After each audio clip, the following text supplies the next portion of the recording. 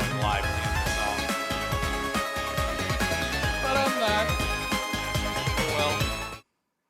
Another beautiful opportunity down the tubes. Hello, Night Fiend. Hello, people not named Night Fiend. We are stuck in the middle of MSQ. We are going to go see Ser Aymeric, though. And maybe some other people today. Getting through the slog. Running through it on Saturday. I had a shockingly good time. But there was a lingering dread all through the week. I'm like, you gotta go back to this Wednesday. You gotta go back. Gotta back on the horse. I don't wanna. I just wanna go right to Shadowbringers. God happens word. See all the stuff. Wanna see someone else?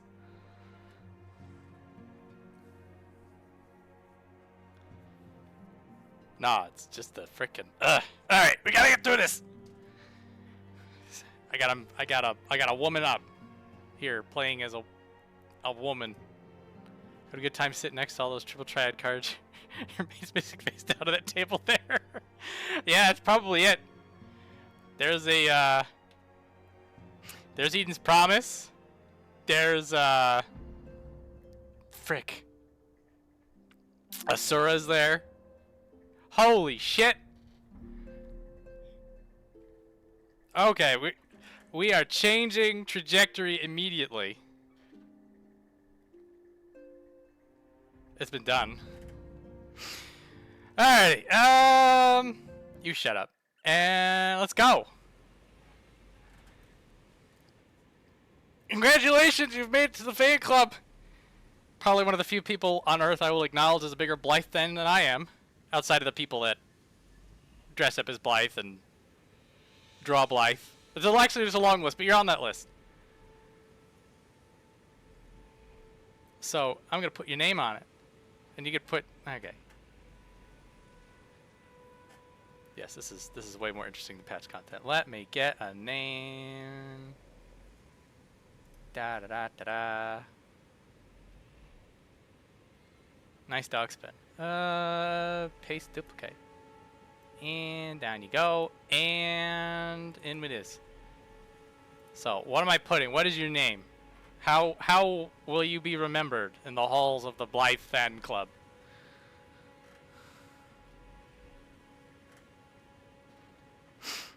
Also, what color?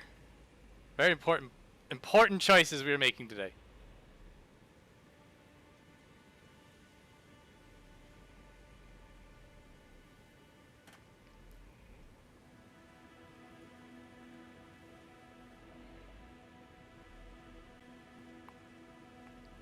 Tatsu is fine. What do I have for color options? Okay, I'm making your name bigger. Nobody could stop me. Slightly purpley blue.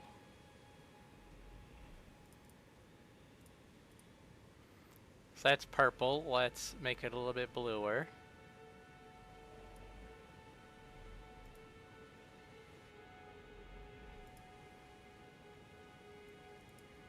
Done. Hang on a minute, I gotta rename. All right. You've now been enshrined forever in the halls of the Blaidd fan club. Giga Chadley does not get to pet Blaidd. Though I will say that if somebody spends 150,000 wolf treats to pet Blaidd and they put their name down as Giga Chadley, I might get into a fight with you, but I may have to honor it. We'll see. Probably not. I may tell you to shove off. How does it look on stream? Oh, it's kind of blurry. It's fine. It's too bad. So this is normally the part of it that I get sappy and I talk about how cool of a person you are. Oh my goodness. You have come at a... Okay, everybody is coming at an extremely weird time. Hello, everybody. I'm not I see Blaidd's on the screen right now. Yes. Yeah, so I have a bit for my channel that I have an obscenely high channel point reward. And if you're actually a loser who hangs out for months or years, or in Tatsu's case, much, much longer, but we're not getting into that, and you actually burn all your points in this reward, then I go over here, and there's a picture of Blaidd staring at you, and I put your name on a list. And that's just happened. Sorry for everybody who is interested in Doom content. I also have bad news. This stream's about to get worse for you. So you can take your Kako coins and get out if you want to. If you want to hang out and see some Final Fantasy XIV boring story content, I'm not going to stop you. In fact, you get to meet Ser Aymeric in a couple minutes. But thank you all for popping by. I don't know how to reverse raid people. Send them back. Go back to watching Vortel. Watch the VOD of the stream that he just did. Watch him get mad at imps. It's great. Anyway. So yeah, Tatsu's cast it in.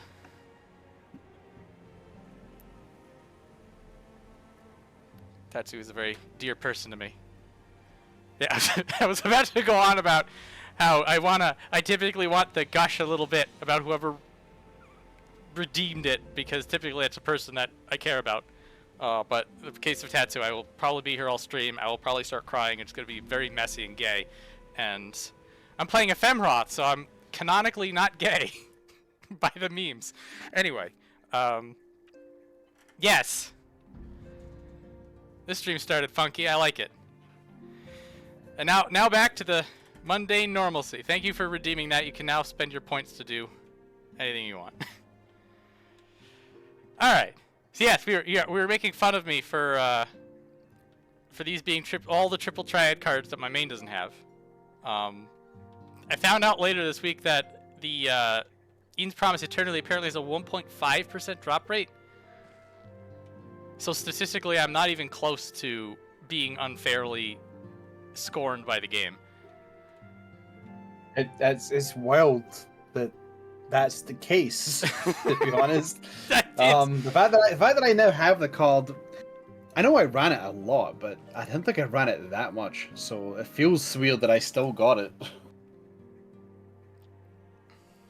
Currently stalling on this point in the quest to level Dragoon, so I can see if the Inquisitor reacts at all to me being the Azure Dragoon in the armor. I don't know. Maybe. I know you hang out with Estinian later, and I know from Snooty, who was a Dragoon, technically is still a Dragoon main, but sort of does healer stuff, that the two Azure Dragoons have bro moments intermittently through MSQ.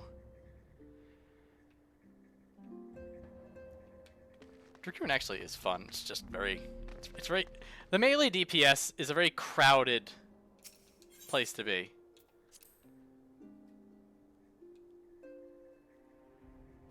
I am not your food today. Oh my goodness. I am your master. Drama Cat. It's Drama Cat. Thank you, Medi. Medi, who stuck through my gross ramblings for very long. Based Medi. How you doing, man? Also, Penchy's here. Howdy, good to see. Oh, that's a sick icon. Auth seems gold. Drama Cat is true. I am the Drama Cat. Actually, not Viola. She's fine. Viola's just trying her best. Yes, thanks for hanging out. Gonna do more anime game, as Vortal calls it. So we're gonna go talk to some elves. We're gonna go see Ser Aymeric and the Holy See. They're interested in the Warrior of Light, who's sort of been doing them solids and is gonna want us to do a few more solids. And then we're gonna go back to Ul'dah and hang out with Ilberd while he does conspiracy things. Yeah, we don't we don't talk about Stinian, who blows up at the end of the Dragoon job quest and then shows up like nothing happened later. It got better, guys. It was a non-lethal explosion. Yeah, that part's hilarious. But Estinian is absolutely based. And one of the many reasons I want to get into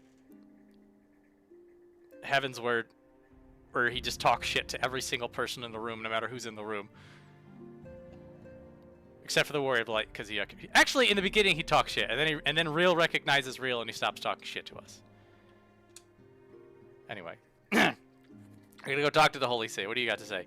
A meeting with its guardian ambassador, by all means, I think it a wonderful idea. We have received no reports of etheric disturbances or unusual beast tribe activity of late. That's our day job.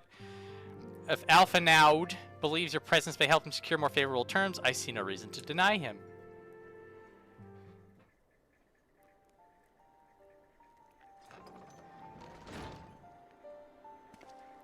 The antecedent, I take it Viola has explained the situation. He has, yet welcome though these overtures are, I cannot help but wonder what prompted them. These guardians have spurned all contact with the other city-states for decades. Why reach out now? With that I knew. The question of their motives is one which I have given no small amount of thought. Alas, I know no more than is generally known. Which is to say, fuck all. Oh, we're looking at a map. The notoriously reclusive nation of Ishgard, situated at the center of Abalathia's spine. Ruled by the Asgardian Orthodox Church, at the head of which presides the Archbishop. Members of the original Eorzean Alliance formed in the wake of Alamigo's fall some 2 decades ago. Friends of Convenience, who withdrew from the Alliance as soon as the Imperial fleet was routed at the Battle of the Silver Tier Skies. They're busy, guys. They're fighting dragons. Since which time their borders have remained closed to all outsiders. They have rejected every one of their former allies' calls to reopen dialogue, turning a deaf ear to their neighbors' pleas even when the calamity loomed large. And on the fields of Cartno, where brave men and women laid down their lives in defense of the realm, their banners were conspicuously absent. Again, they're fighting dragons. They're very busy. They're trying to convince Ishgard to rejoin the Alliance at every opportunity. I've explained over and over again, Alphino is just indignant right now, that unless Eorzea stands united, we cannot hope to preserve our freedom. One by one, our nations will fall as once fell Alamigo.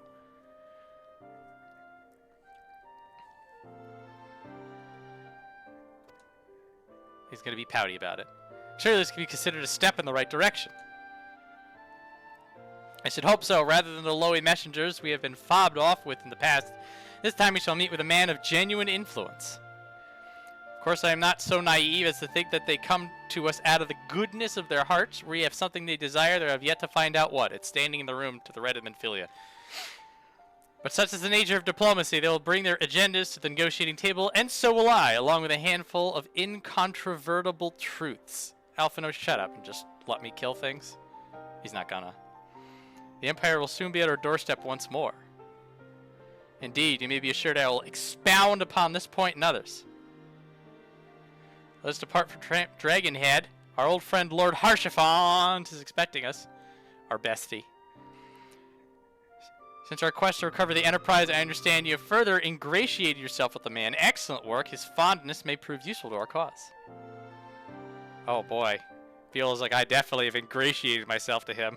Doesn't know what that word means, but it sounds dirty.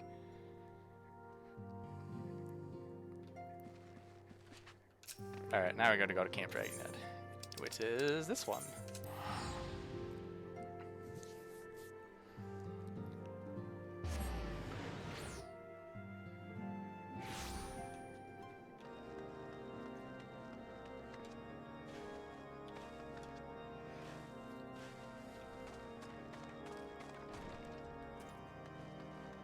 It's Nahul. Oh boy. That's a name. It's the man! Viola. Elvira, welcome sight. Our hearths have been stoked to blazing in preparation for your arrival. It would not do for such a distinguished person to catch cold whilst enjoying our hospitality. I'm a Hrothgar, man. I'm fine. Gestures. Oh, he's here. Don't you love it? When you're talking to somebody and then somebody else just inserts themselves into the conversation. Alphen, I'll read the room. Hi, I'm here. Hi. I'm glad you made the fires warm for me, because I'm here. That's what I do to your stream every time I'm here. But I appreciate you coming in. Look at Harsha being polite. Good Master Alphenode, an honor as always. I'm sure. Honored, I'm sure. The fact that the sentence starts with ... I know. Harsha just like, and my momentum's gone because of the brat. I'll have to work. Honestly, Harshafont's too nice a guy for that, to be quite frank. He is. He's beautiful. Likewise, Lord Harshaphont. Forgive us yet another imposition. I fear we have relied overmuch on your aid since you so generously assisted us in locating the Enterprise. Nonsense. Any debts incurred have long since been repaid. Besides, who can say what the future may bring? House Fortot may even seek the aid of your newly formed Crystal Braves, which I have made Chowderhead Brigade in the stream title. I spent all day trying to think of some goofy thing that was CB, and there was a word that starts with the letter C that I got fixated on for a while. I'm like, you can't put that on Twitch. But but C buggers does pretty much cover it as well. Anyway, it's okay, Arshafan. We'll be busy later. In any case, I am simply divided. The Holy See is at last willing to grant you an audience. No doubt your discoveries at Snowcloak helped to justify the decision. This recent resurgence in heretical activity is of grave concern to us all. Yes, the last time we were in Isgard, we killed some heretics, and Iceheart, not Shadowheart, Iceheart came first, was sort of looming over us ominously. And she's busy causing a stir. We're going to find out why later. But the matter at hand, Ser Aymeric arrived at Dragonhead earlier, and I am told he's eager to meet with you at your first convenience. You're doubtless weary from your journey and desirous to rest a while by the warmth of our hearth. And something else. But if you are willing to forego such comforts, pray inform the knight stationed outside the intercessory. He will grant you an entrance and send word to the other attendees. As inviting as your house sound, I think we best proceed to the intercessory forthwith.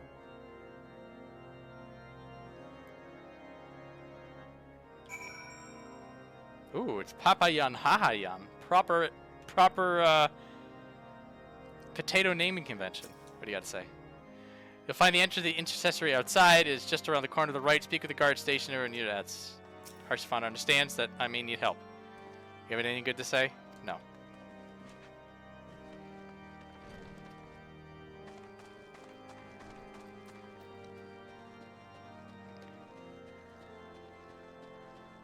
Oh, the unironic use of the entire set.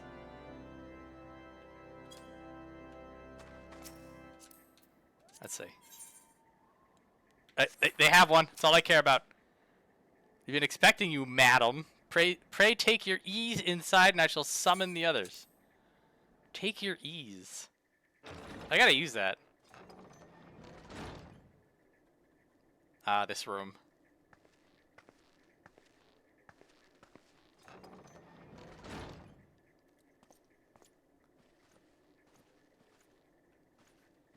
Have faith, my friend.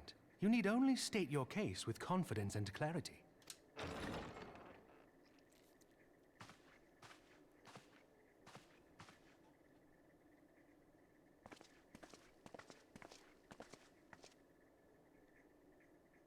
It's a dynamic duo. Commander Leveilleur, it is both an honor and a pleasure to meet you. I am Aymeric, Lord Commander of the Temple Knights. Alphino Leveilleur, at your service. Your reputation precedes you, Ser Aymeric. I think we will find that we have much in common.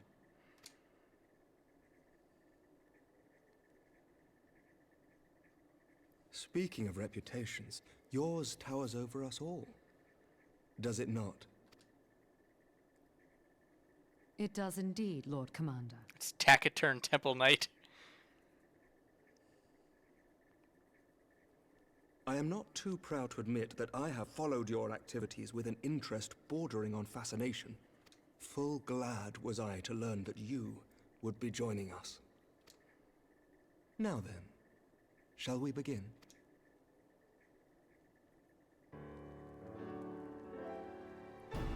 We know full well that the Garleans will return in force ere long. What is more, we have yet to achieve a lasting victory over the primal menace.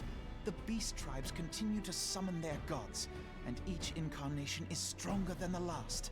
Ishgard is not immune to these threats. I must reiterate that it would behoove your nation to rejoin the Eorzean alliance. Once again, I must respectfully disagree. On what grounds? Despite their presence in Kurthus, the Ixal do not concern us. Their territorial claims pertain to Gridanian lands, and it is the people of Gridania whom they harry.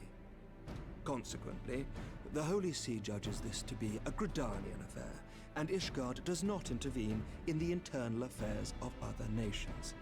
Even were that not the case, our forces are wholly committed to the Dravanian conflict.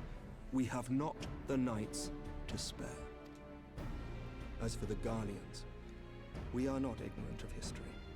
We have observed the rise and expansion of the Empire, and we agree that it is only a matter of time before they resume their campaign in Eorzea. Then surely it would be in our best interests to present a united front. Mayhap one day, but not yet. Gaius van Belsar is dead, and the legion of conscripts he left behind lacks the will to fight. We think it highly unlikely that they will emerge from behind the walls of their castra for some time. Forgive me, but if Ishgard's position has not changed, why did you agree to this meeting?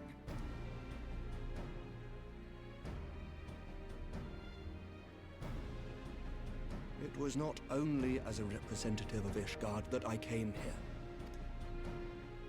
Pardon? It is not within my power to change Ishgardian policy, regardless of my personal feelings. There is, however, one area in which I may exert a measure of influence. Concerns have been raised over the supplies House Forton has offered to Revenant's Toll. These have led to calls for restrictions on the provision of aid to foreign powers. I can ensure that the shipments continue unabated. Ser Aymeric, we would be in your debt. No, you would not, for I require something in exchange.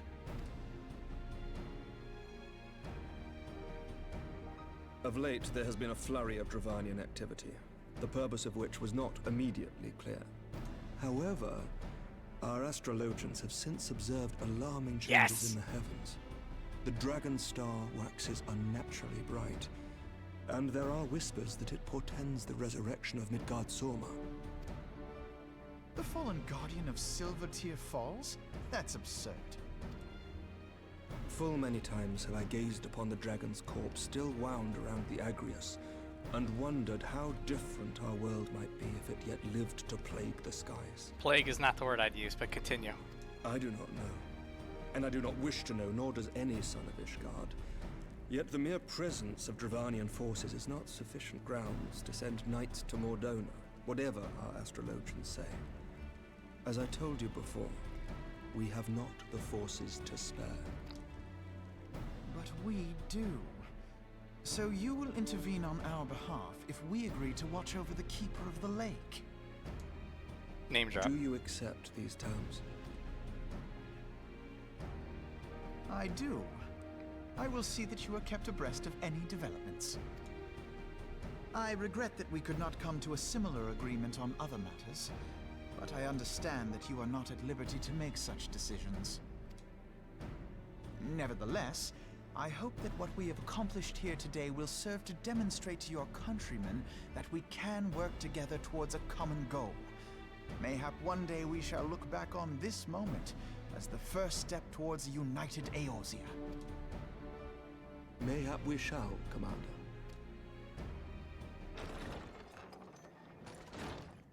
Tonight. What is the meaning of this? Can't just run in here. The caravan, my lord. It's been attacked. It was Iceheart, my lord. What? By the Fury? All our precautions were for naught? Dramatic camera spin.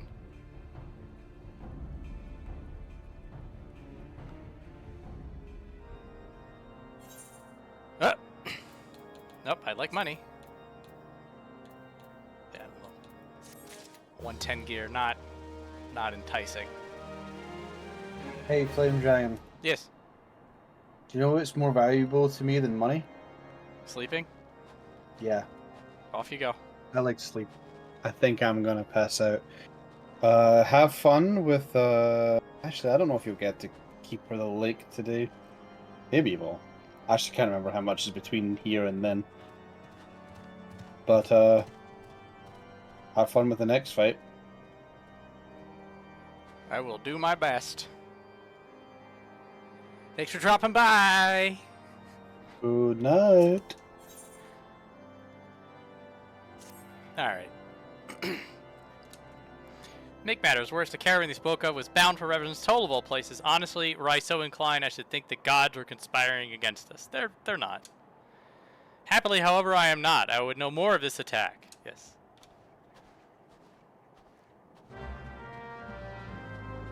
It's attack time.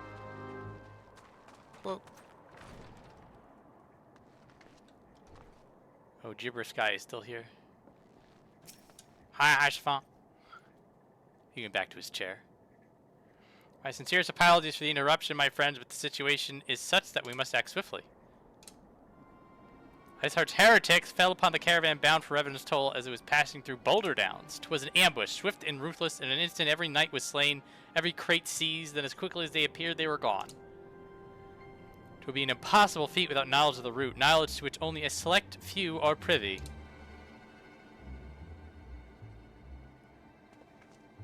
Quite. We can pursue that avenue of inquiry in due course. It seems to me that examining the scene of the ambush should be our first concern.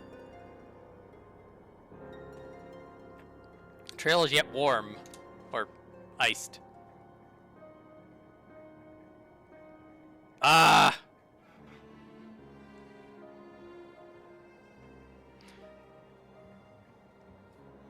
I may eventually turn the ads off. For now, I do enjoy these channel rewards and the emotes. I wish you could have one without the other. I'm sorry to say, but I haven't figured out that technology yet. Well, the icons I could figure out probably, but the whole petting Blaidd thing. I mean, we just had a bit. Guys. Oh, we have a knack for hidden truths. All right, we're gonna go investigate. Oh, do you have anything cool to say? Men are conducting their own investigation at present. Follow the road south. Okay. How about you? Takes it one pair. Okay, yeah, she's focusing on the espionage. All right. One quick company chocobo ride away.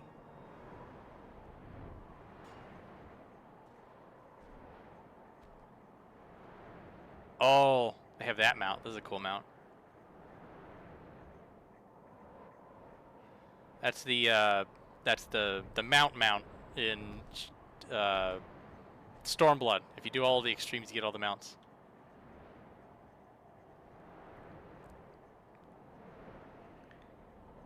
Wobbling. Oh, that's all the way. That's all the hell away over down there. Good thing we have flying.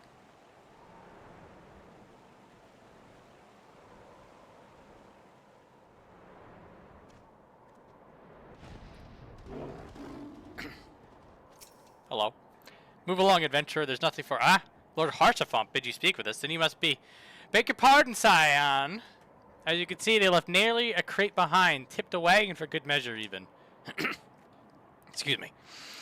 Whole thing's a bit odd, if you ask me. Would have been easier to just steal it, though a damn sight harder to conceal it, I'll allow. Reckon they came prepared, probably with wagons of their own, hidden away off. But pay no heed to my ramblings. Absent of proof does naught but speculation. Might be as a squire receiving care at the observatorium could tell you something more factual. That is, if he's awake. Unlike myself, he was there during the attack. Not that his presence amounted to much.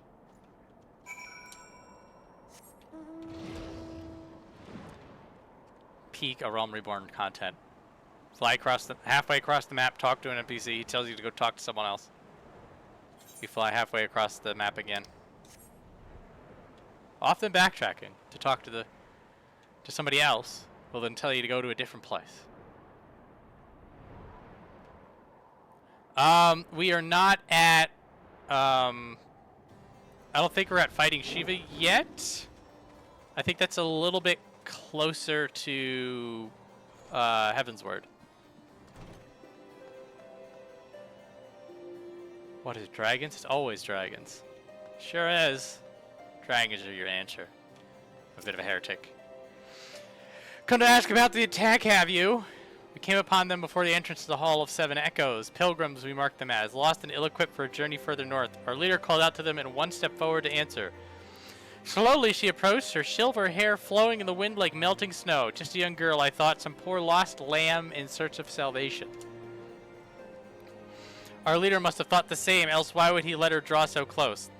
They exchanged some words I couldn't hear, and she leaned forward as if to kiss his cheek, and then he sighed and crumpled to the ground. I didn't know what had happened until I saw the snow turn red. And then there was red everywhere. I looked. I tried to fight, but I took a blow to the head, and by the time I came to, the others were dead, and the heretics were unloading the wagon. I mean, they would have killed me, so I stayed still and listened. Iceheart's people spoke of deliverance and resurrection, and they spoke of Shiva. So now we're name-dropping Shiva. I don't think you fight Shiva yet. Though, this may be the whole quest line that we go actually hunting for her. I have a feeling, I thought that we did something else first, but... Oh, now we gotta go back to Alpha Node. Thankfully, Alpha Node is in Camp Dragonhead, so I can just do... Oh, no. That. I'm actually not sure when Iceheart shows up, now that I think about it. I just imagine it was later?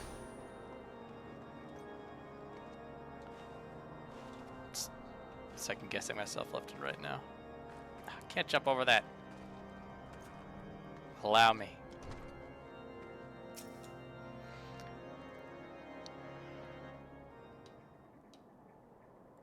What news? Iceheart's involved. Shiva's involved. Seems the Lady Iceheart does not scruple to sully her hands with blood. Who is this Shiva the heretic spoke of? Have you not read this random-ass book? Probably not. Shiva was traitor to kith and kin, an apostate who lay down with dragons. Jealous. Now, we cannot expect all foreigners to know Guardian scripture so well, particularly when it concerns the patron saints of heretics. Wait, you see who's their patron saint? Makes all sense now. Lord Harsafont, what was the caravan's cargo? Crystals! Ba-da-ba-da-ba-ba-ba. Do you not see? Iceheart and her fellows tend to summon Shiva as a beast tribe would a primal. Why else would they go to such lengths to secure crystals? I shall inform the Lord Commander at once. Lord Harsafont, you would agree that discretion is of paramount concern. Of course. I trust we can count on your continued support, yeah. Signs of 7th Dawn are sworn to combat the primal threat. Our support is a given. I'll need to send word to my brethren in Revenant's Toll. Our entire order must turn its efforts to the prevention of this summoning. Naturally, that includes you, though I am sure you would not miss this for the world. I don't, if you think about it. You could do one primal, or you can have the world, which is full of primals for you to kill.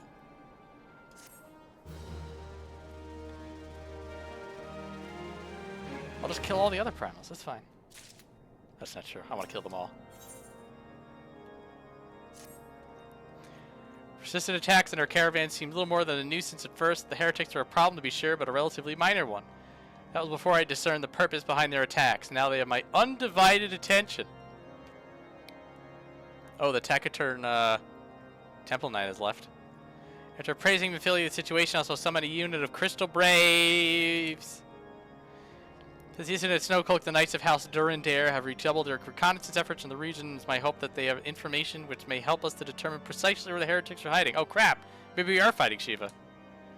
Given our mutual enemy, Lord Drillemont, should be easier to oblige us. I remember this being a thing, but I did this before the MSQ scrunch. So maybe I'm reminded of, like, the entire thing. Archfont, what do you got to say? Heretics, Dravanians, old familiar enemies. This is something beyond all imagination.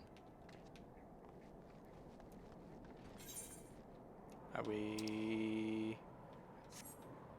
That's a short-ass quest. Let's go across the zone.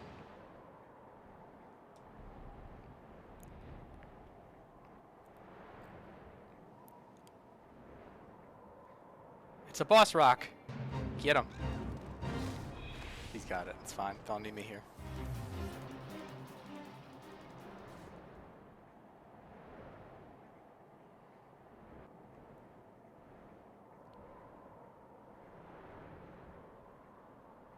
Whee! Through the tree. We don't care about trees. Companies who chokeable can handle a few trees.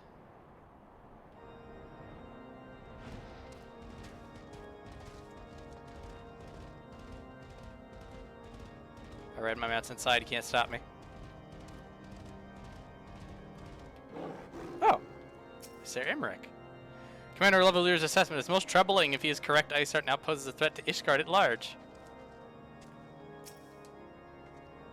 By what means these heretics travel so quickly? We must know, or every attempt to apprehend them will be doomed to fail. Thinking outside the box. Smart, even in the beginning. Many men have already started to arrive. Captain Ilberg always keeps a few braves at the ready. Signs of the 7th Dawn wish to join in the hunt for Iceheart. Your assistance is more than welcome. Considering the report I just received, I dare say your timing could be no better. We are all ears. A band of pilgrims were seen transporting a large number of crates to the west. Their garb appeared to match the description provided by the squire who survived the attack. Alas, our scouts lost track of them at Snowcloak, that self-same frozen wall which we speculated might conceal the heretics' hideaway. Suffice to say, the disappearance of these pilgrims and their provisions all but confirms our suspicions. I've heard enough. My knights will join the hunt. I took the liberty of summoning a unit of crystal braves. Given the gravity of the situation, I trust you will agree that we must use every resource available to us. These are extraordinary circumstances, Commander. It will be in our best interest to coordinate our efforts. So it begins, though I dare say it will prove to be an all too brief collaboration. Iceheart will not elude the combined forces of all of us for long. Nevertheless, a wise man does not wager all upon the success of a single solution. There may be a subtler means by which we can locate the heretic's lair. Mayhap Lord Drillemont has one in mind.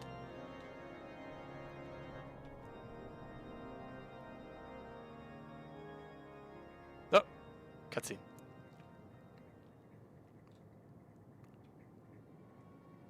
Staring at boxes. Talking to boxes.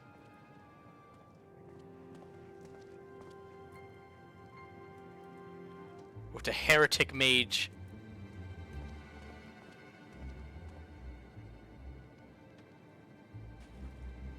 My lady, everything has been accounted for. If there's aught else you would have us do, pray speak and it shall be done.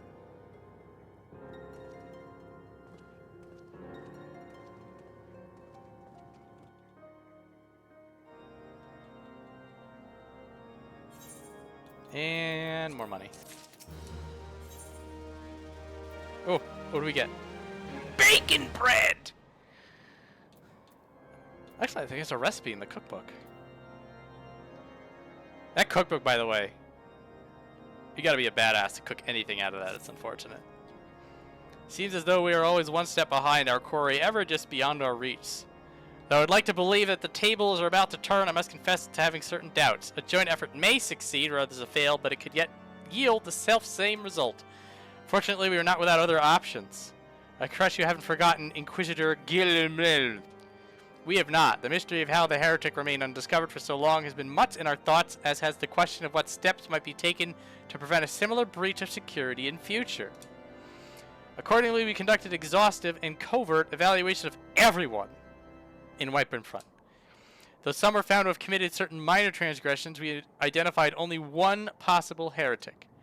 This man has pledged himself to Iceheart's cause. He will have taken note of the movements of the Temple Knights and the Crystal Braves, and upon recognizing their intent, he may attempt to warn the heretics. Man's watch is to end soon, at which point he must report to Ser Aymeric in the yard. I would have you keep an eye on him. If he ventures beyond the walls, follow him discreetly. I don't think we have stealth missions yet. I think that started... Definitely Endwalker. Maybe Shadowbringers? Oh, it's Mia Amber, hello. Should you meet with a heretic, do not interfere, simply watch and listen. I have seen to it that the suspect knows nothing. What do you have to say about the matter? Anything? Anything? I'm not even going to talk to you. Let's go. We will observe the suspected heretic. Yeah, and definitely it started at Endwalker. Or it was there in Endwalker. I'm trying to think back about... Man, that was a loud sword draw right there.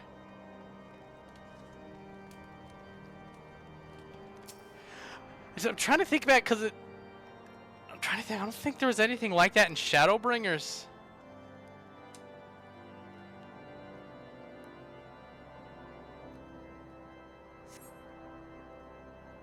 But it was definitely Endwalker. Kind of feels like it was one of those things they always wanted to do, and then they just finally threw it together. It's like it was some engineer's pet project for like 5 years. And they finally got put in the game. He's like, yeah! And everybody complained about it because they're idiots, and they was like, no! Suspected heretic leads through the southwest gate. Let's be inconspicuous. They'll never see us coming.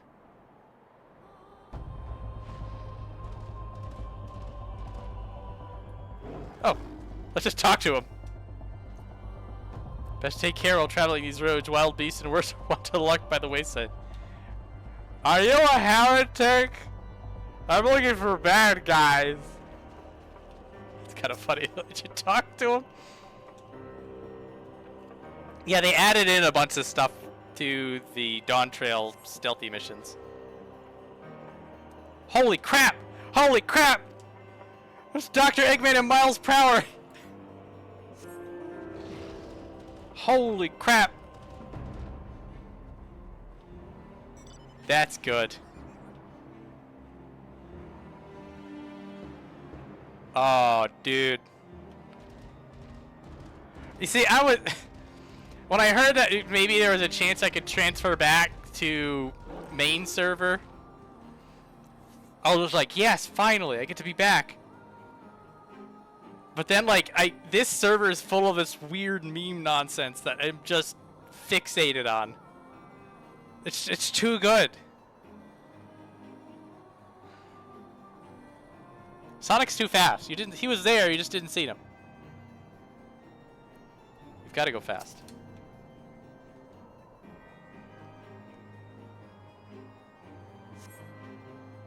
Off he goes.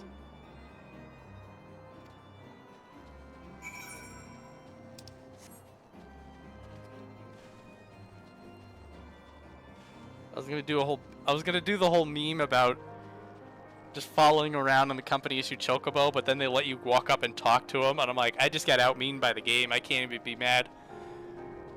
I just have to acknowledge defeat.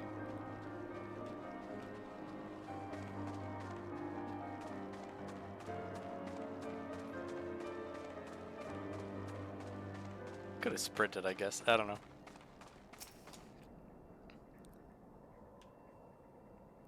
Ooh, this is a longer survey. This is a cutscene survey. There it is.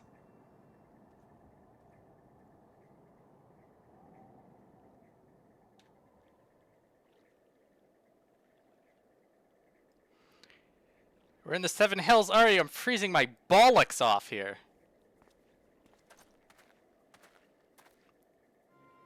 I'm here, you blundering oaf. Why are you late? Standing on the wall, why else? I have duties to fulfill, you know. Your sole duty is the bloody echo. Lower your voice at the hearers in white brim front. Oh, look at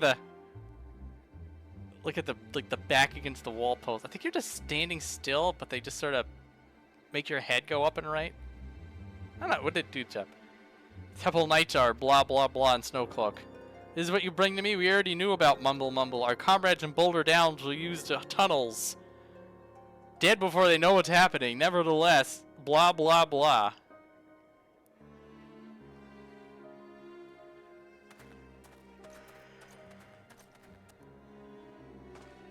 Get out of there. Oh. And now there's a fate spawn there.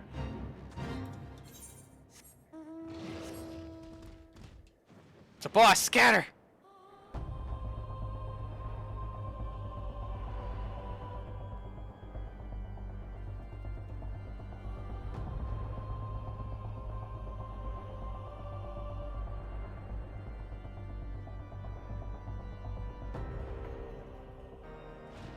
Go back up the stairs? Yeah, we do. Up we go. Drill him all. We have fruit out of our investigations. Now I'm hungry.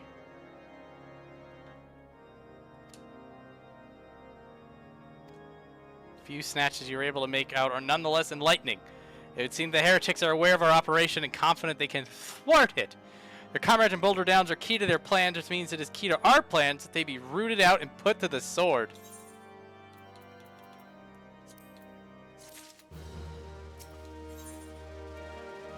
The Allied forces of Snowcloak are in danger.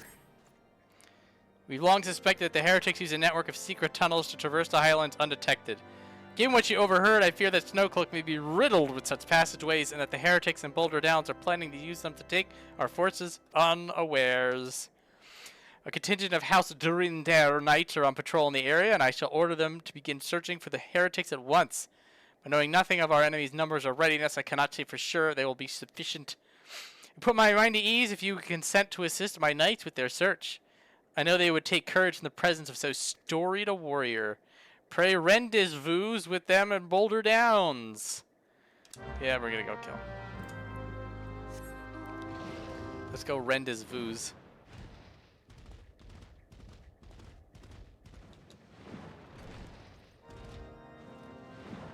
This way.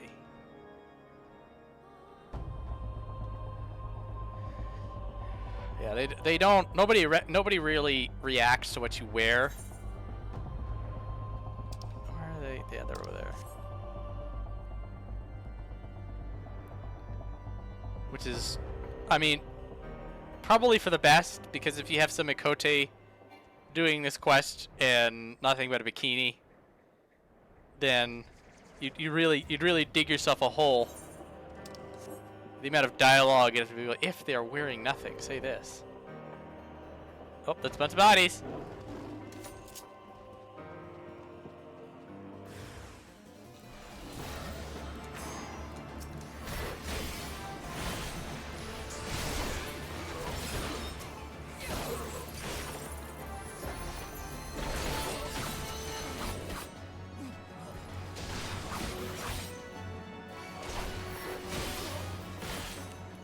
Got him. Oh, there's more.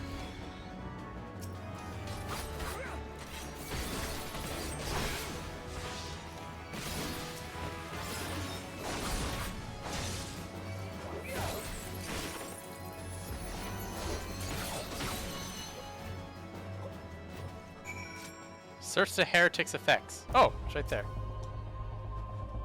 The 4 light wardens are named after the 4 major types of love.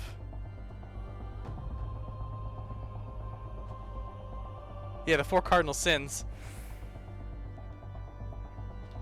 Yeah.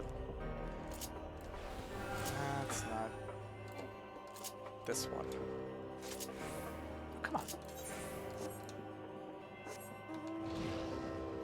Yep, now I gotta go back across the zone. Around reborn questing.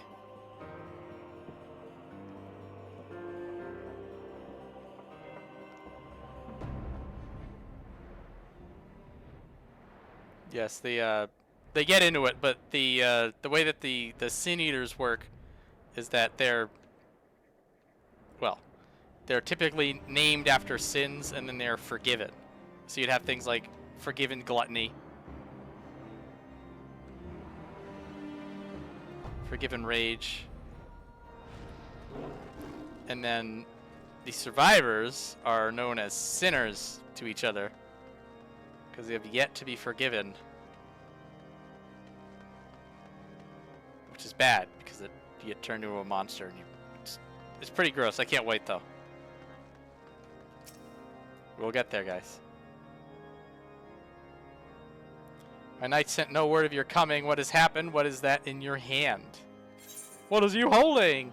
Discovered on the body of a slain heretic, this yellowing document is covered in a complex code of seemingly random letters and numbers. It's in cipher.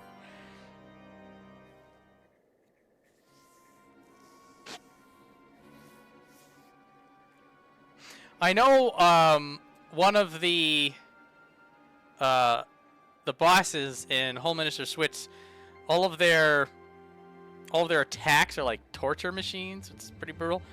Shadowbringers goes deep. It goes freaking deep. It's intense all the way down. It is not a hot take to say it's the best 14 expansion. If somebody thinks it is a hot take, that's an interesting conversation. Endwalker is the only one that comes close, and I don't think it comes close. Like, you get into the same ballpark, but that's about it. Oh, those were veterans with years of service. And now they lie dead in the snow. Their bodies must be recovered and... Oh, being interrupted. No, we have not the men to spare. Now, not while Iceheart prepares to summon an abomination. I guess we are fighting Shiva, damn. The heretics you dispatched were not a sufficient number to contend with the combined strength of the Temple Knights and the Crystal Braves. There must be others, and I'll wager they're on their way as we speak. To make matters worse, it seems the traitor you followed managed to pass the heretics something of value after all. The parchment you recovered is a timetable of the guardsmen's watches at our outpost. Your traitor was stationed there long before he aroused our suspicions. Without we had caught him sooner. With this information, the heretics would know when the watch was weakest. They could use their tunnels with impunity and prepare their ambush. The timetable has not changed, you see. Of course, it will be changed now, but the heretics may already be in position. House Durandare must send reinforcements, even if it means withdrawing knights from the Stone Vigil. I can see another way to safeguard the lives of our allies.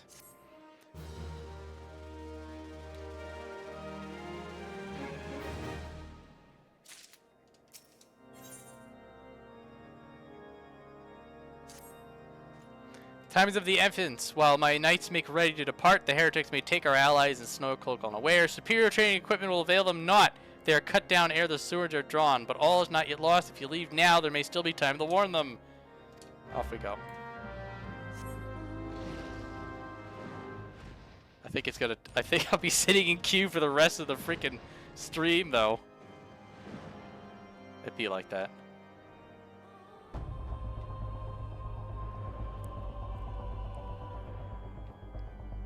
There's a temptation to level a tank or a healer, but that would be against the intention of this character's design. If I'm on good queues, I'll just go on my main. That's how it is. Anything to say? He's just looking. Just looking. Oh, we just hanging out? This is the hangout brigade.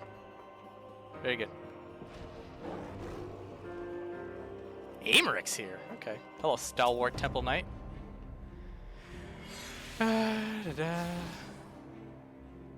It's Myth Project and Draveness Star. You're at a disadvantage here. You should linger no longer than necessary. Oh, let's talk to Aymeric. It's a welcome surprise, perhaps the only one thus far. As you can see, we've yet to uncover any hidden. Okay, you guys are gonna get kicked in the face. Yeah, my gratitude. Truth be told, we suspected the heretics might be plotting such an attack. Now that we have confirmation, I also place my knights on high alert.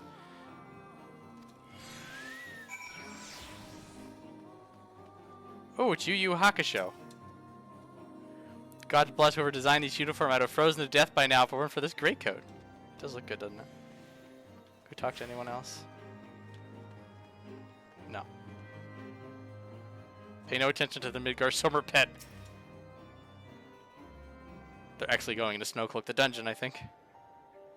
Did we do Snowcloak before Shiva? I think we do. We're doing the dungeon first.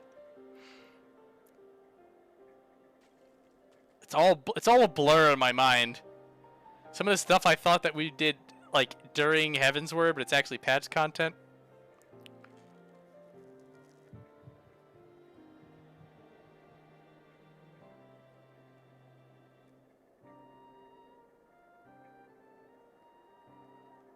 Vothra, you mean? Vothra's a badass.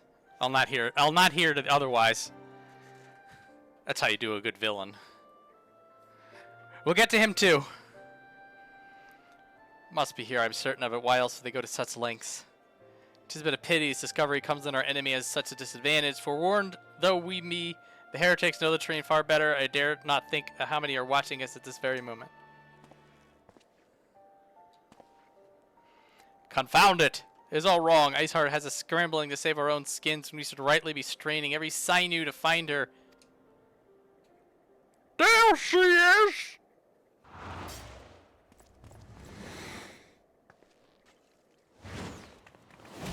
Yes!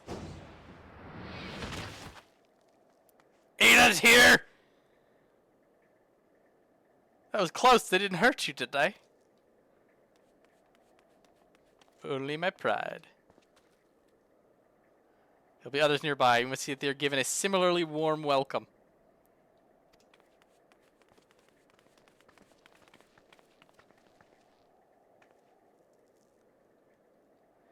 It's been a development, sir. Together with the Temple Knights, we've secured the entrances to some half-dozen tunnels after spotting the enemy breaking the surface.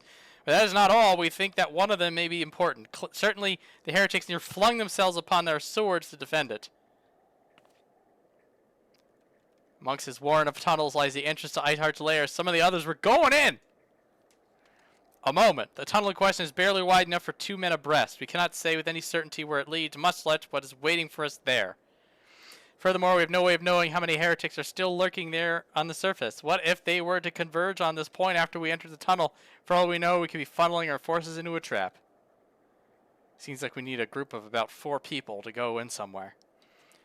The tunnel is indeed as narrow as you say. Greater numbers would be more of a hindrance than a help. Should we encounter a difficulty, our own allies would become an obstacle to escape.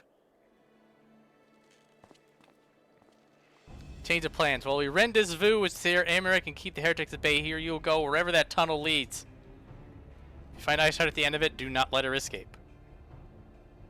You venture in the unknown, see you're prepared for anything.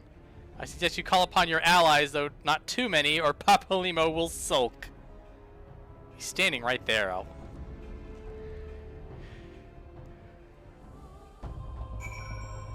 Thou art Temple Knight. Ooh, Aymeric, what do you got to say? Partying on one of the tunnels, a characteristically daring proposition, yet I can think of no one better qualified, yes. Yep, she says the same thing. Had we not seen the heretics breaking the surface, we never have noticed it. For Ser Aymeric's orders, we will stand guard outside. Please be aware that even should you encounter significant resistance, we cannot leave our post. It's impossible. We just can't leave it.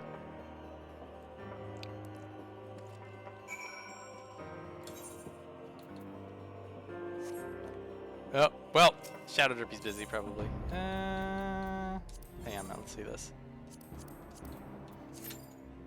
20 minutes? That's a no. That's a no.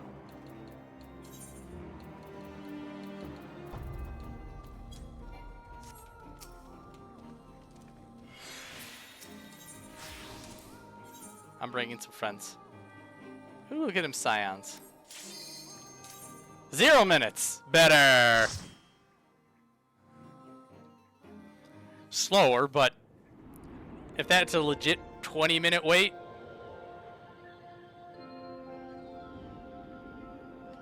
we are not being done with that in a timely manner. Snowcloak. Lullaby Central. That armor ain't bad on you there, Mr. Rogadin.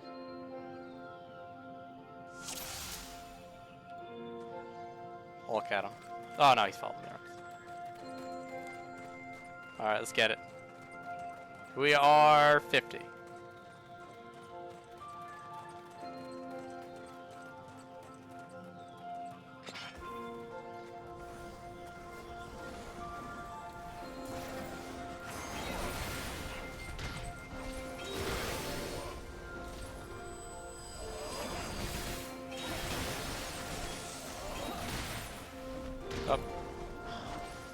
Come on. I believe in you.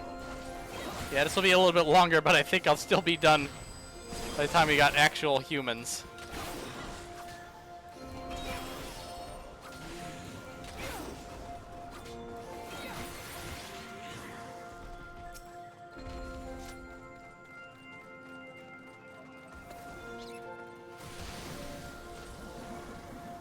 Gather them together. Come on, buddy.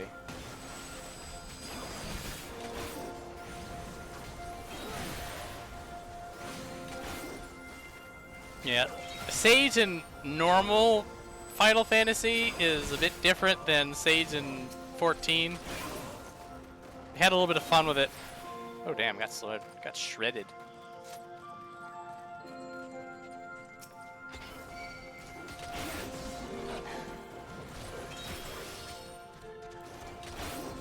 Oh, he's pulling multiple packs with a badass!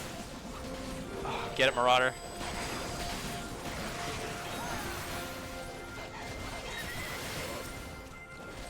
I didn't know that NPCs could do that!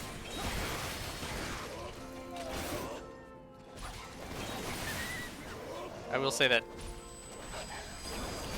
I think Sage is the most fun you can have on a healer. And then White Mage is probably the most satisfying, if that makes any sense in the distinction. And then the other two healer classes are perfectly fine. In terms of, you could probably get things done with them.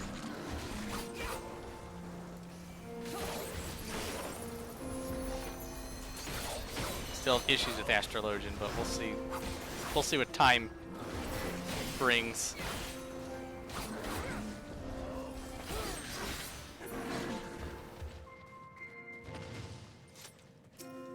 It's a tiny key off the bear! Who gave the bear the door to silence?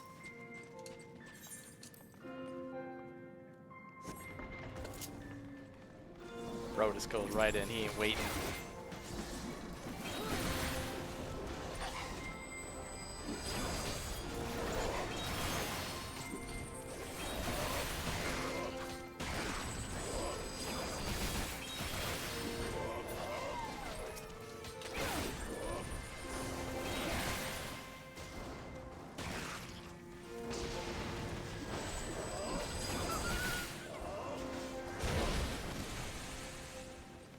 It's boss number 1!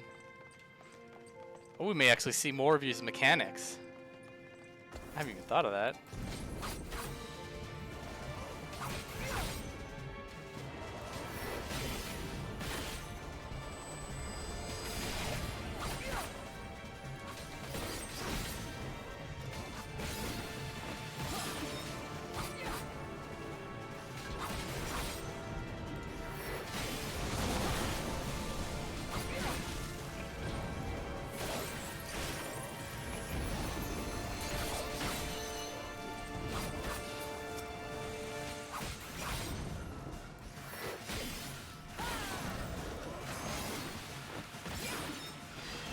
Oh.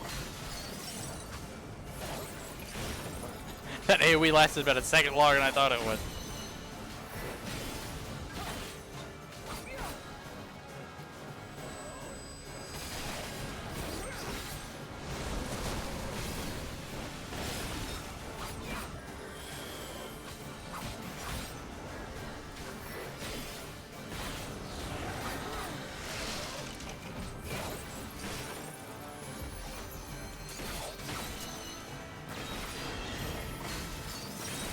I just wait it. Goodbye. Not opening that. Oh, I got poetics, yay! What do I use these for? Sudden Galbu. Oh, the provoke!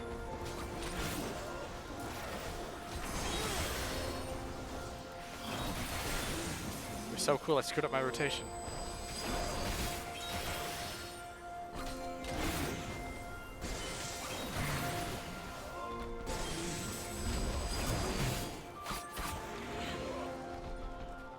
This Marauder's taking no prisoners. He's stressing.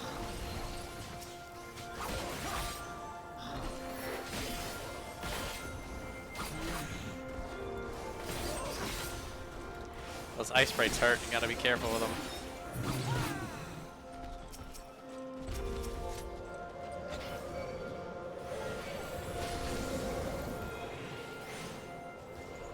Don't fight him in the snow. Oh, we're fighting him in the snow. Guys, you don't want to do this.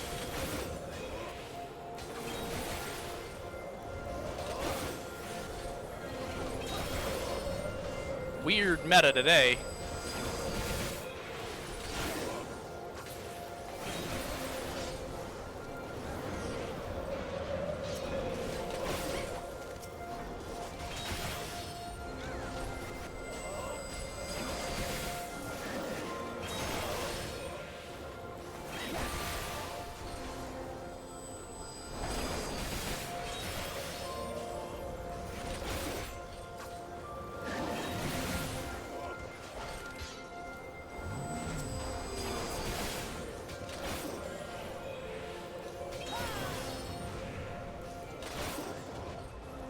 Is that what all the Greek nonsense translates to? A bunch of random ass medical terms, some of which may be hearsay or pseudoscience. Doesn't surprise me.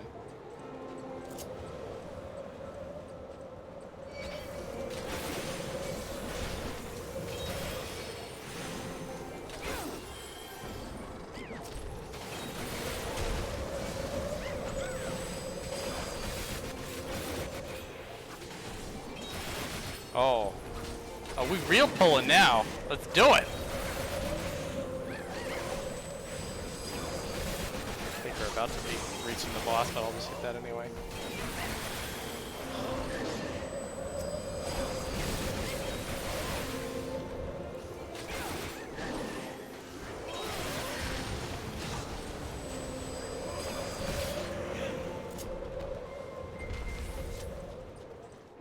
Yeah, the boss is right here. It's okay, make you see Sweden.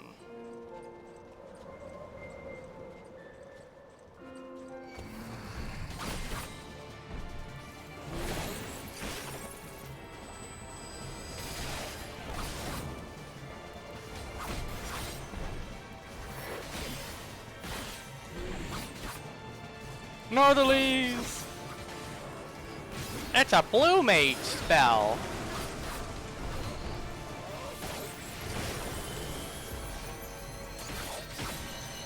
I believe this in... oh. They might have changed how this works. For the trust. I remember there being a thing about like you had to...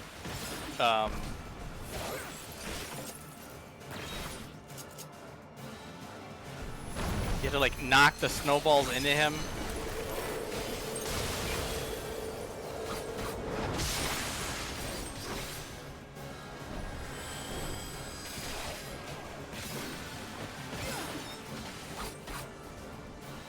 Still a thing?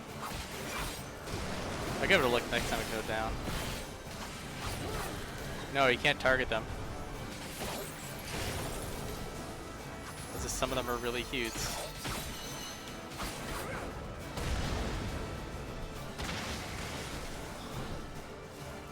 I will allow this. It's interesting.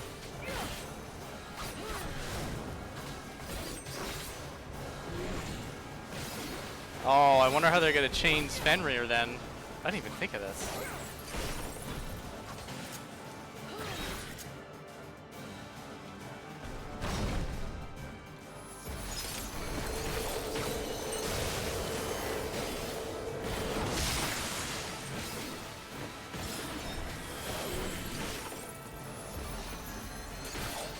Don't have super on my GS yet.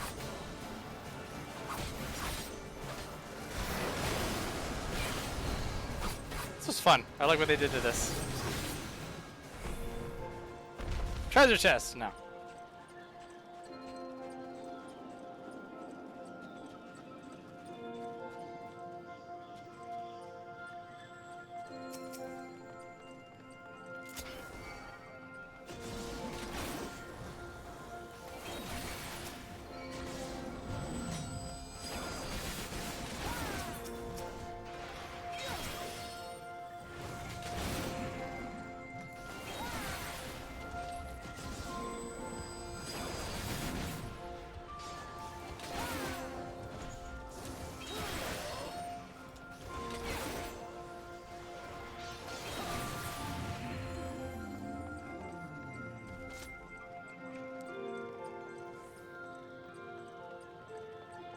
They're gonna come out of the walls! No! You're fine, guys.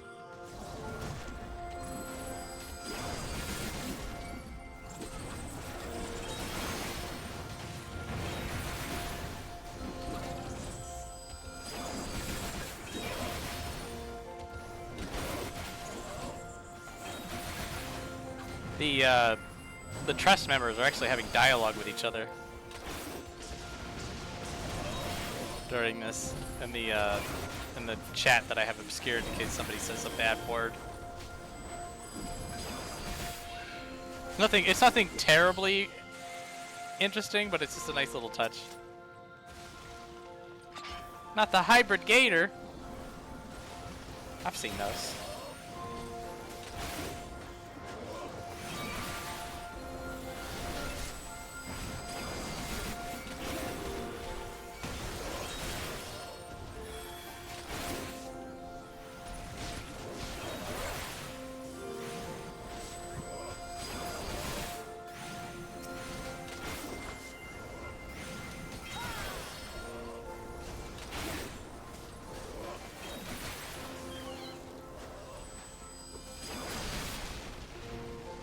Snow collapse.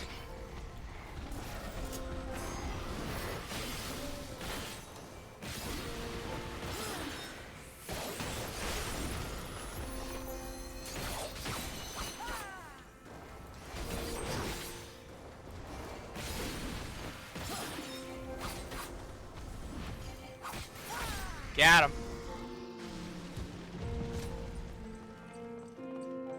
Now we're running into actual heretics. And these guys actually kick your ass.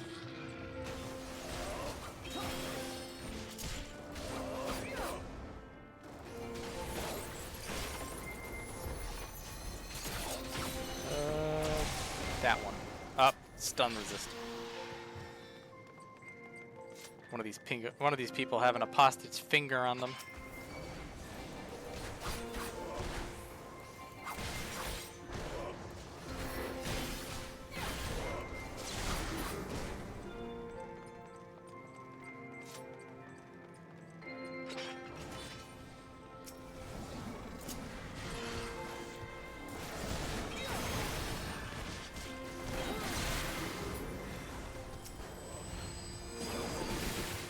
Oh, the provoke! Yeah, that Avis move right there, the silent scream, that will wipe you. Strident scream. Woo! You to have like a half dozen of them casting that all at once. That's a problem.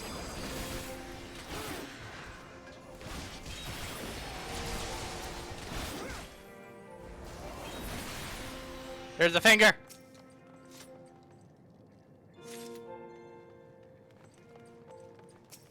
Door to Oblivion. Part of where the name of the song comes from.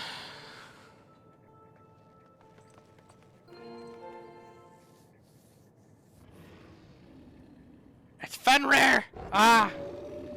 This mount is like 1 million MGP. Worth every penny I spent on it.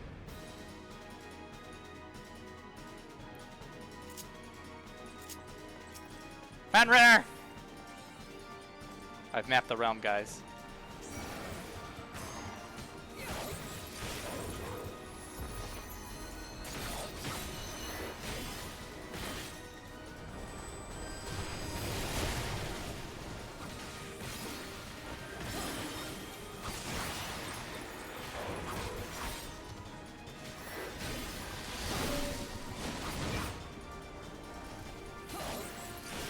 Oh, we take cover over any of them?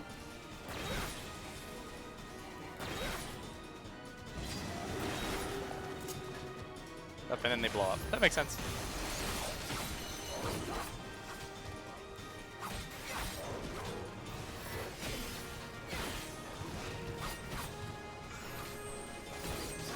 Hang in there, Marauder.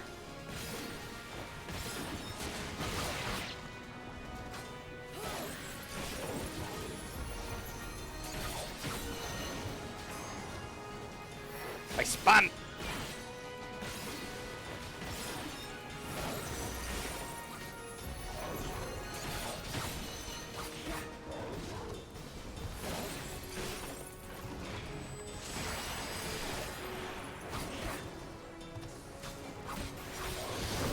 same thing. Oh, one of them is shattered. Interesting.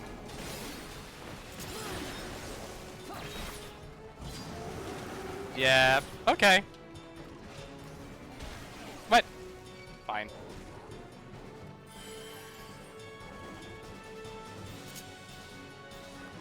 I don't have a dash yet.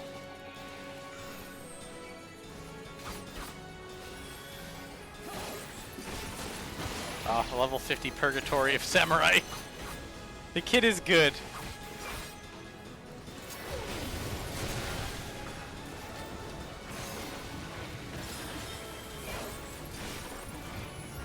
We gonna get a limit break too? I don't think we are.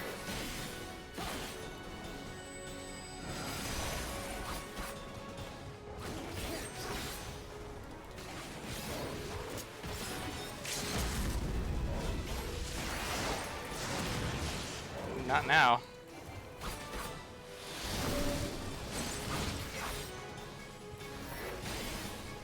No balls!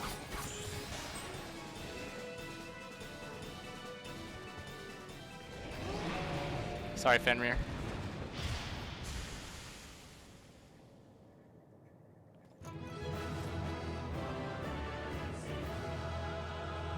Yeah.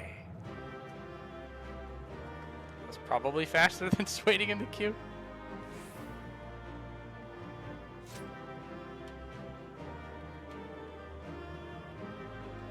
Oh, they gave me all thumbs up. Look, it's the Aetherite.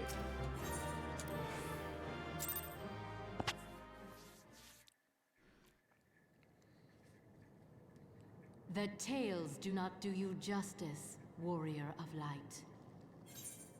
No.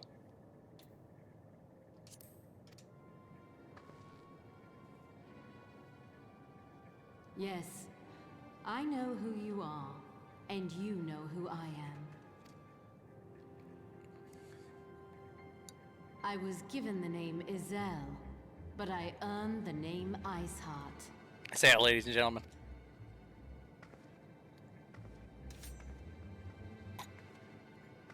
This endless cycle of hatred, of bloodshed, of sorrow. You would see it continue, O noble warrior of light. I would not. I will not. I will bring an end to this war between dragon and man, no matter the cost. No matter the cost, you say. Very well, continue. In time, you will come to understand that what we do for the greater good. For Eorzea, for Hydaelyn. See, name dropped!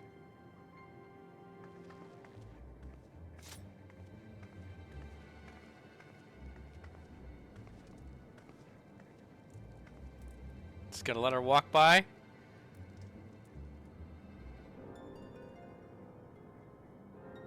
Paid to watch cats all day. Cat sitter. It's valid.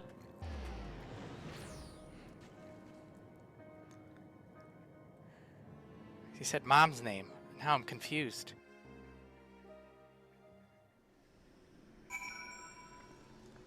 We made it. I'm actually curious about something.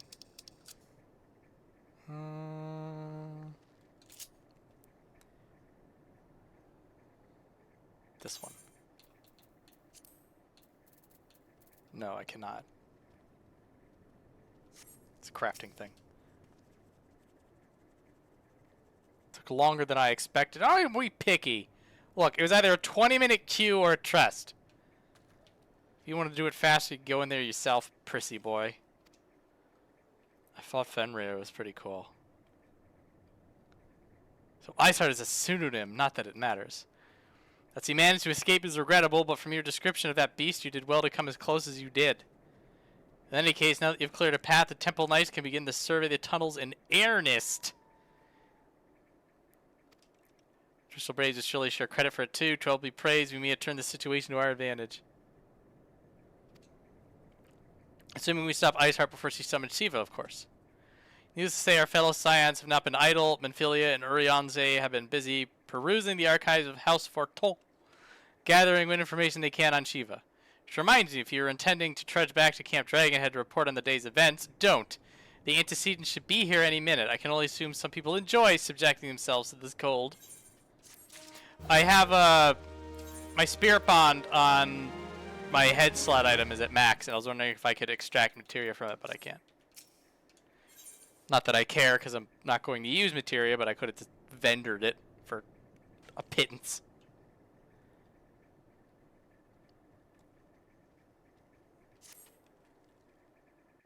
And Philia's coming out into the frozen butthole of Corthus here. Oh, she's got that coat on. Nice. Ariane J and I scoured countless texts, but we found was of questionable veracity. Is that ferocity or velocity combined together into veracity, which somehow means truth? Accounts of Shiva's life and deeds are sparse and contradictory, only agreeing upon one point. She lay down with a dragon, the gravest of all sins. My god. What a backwards church. Am I right? I'm probably going to be insufferable with that joke. Spirit Bond, basically the longer that you wear gear, the Spirit Bond goes up when it maxes out. You can convert the Spirit Bond into materia. So basically your outfit will bleed materia slowly over time. The extracting of it, I assume, means that you need to learn about materia and melding it before you can pull it out. It's not really a big deal. You can just ignore it.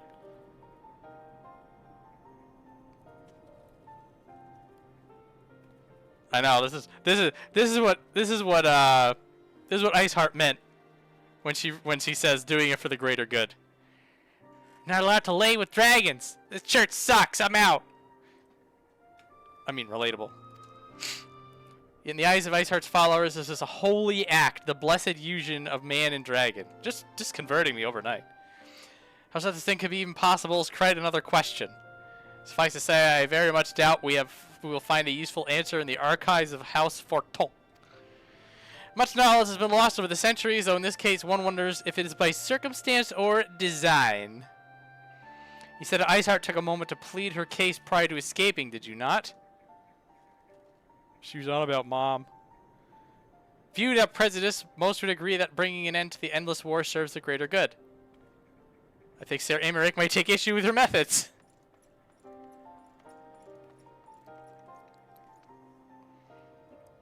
I do not care if a few stragglers manage to escape. Until the sappers confirm that a tunnel is safe, the men are not to search it. You need to get those saps in there.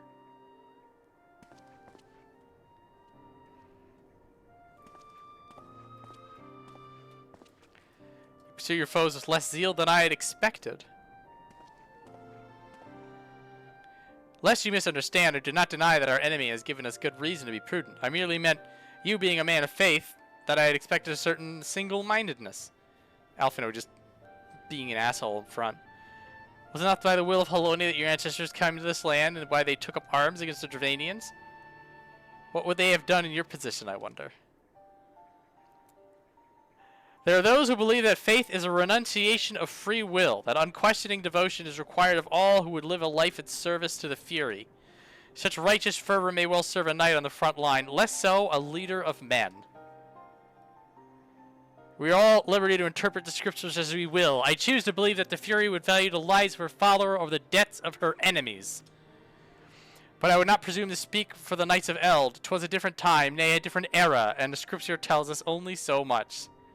Ser Aymeric, a G, all the way back when, handling this man-child with such respect, and also being a boss at it.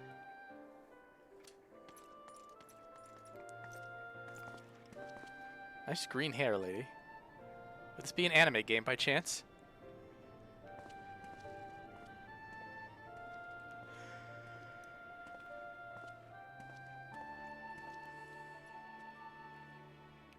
Man is awfully pragmatic for a servant of the Holy See.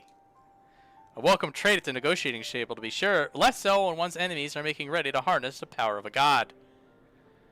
Mayhap he does truly believe that Iceheart's plan can succeed. Truth be told, I remain somewhat skeptical. Shiva was real, a living, breathing woman. Of that there could be no doubt. In this respect, he differs from every other figure to have been summoned, each of whom was worshipped as a god. The sole exception being good King Mogul Mog XII, the myth made manifest in response to the fervent supplication of the Mughals guard. Saint Shiva may differ, but what of the heretics? They are a tribe of outcasts at war with a mighty nation who yearn for the resurrection of the one who embodies their beliefs. If that is not placing one's faith in a higher power, then what is? Alphino with a rare W.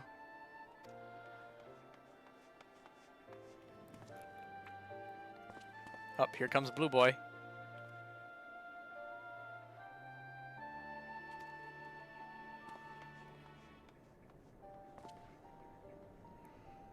Survey team has concluded a preliminary analysis of the Aetherite Iceheart used to escape. They believe that he teleported to another Aetherite somewhere not far to the west. Right to the boss arena. Despite the apparent proximity of the second Aetherite, they have been wholly unable to detect its presence directly. Unless Iceheart has some means to mask its signal, I can only presume that she had it destroyed to prevent us from following near. Okay, so we don't fight Iceheart yet. Or we do. Or we have to go find the Aetherite. We'll see. I forgot entirely about Snowcloak. There is there's a 52 dungeon that's also very icy and sleepy. I got these two mixed up and interchanged.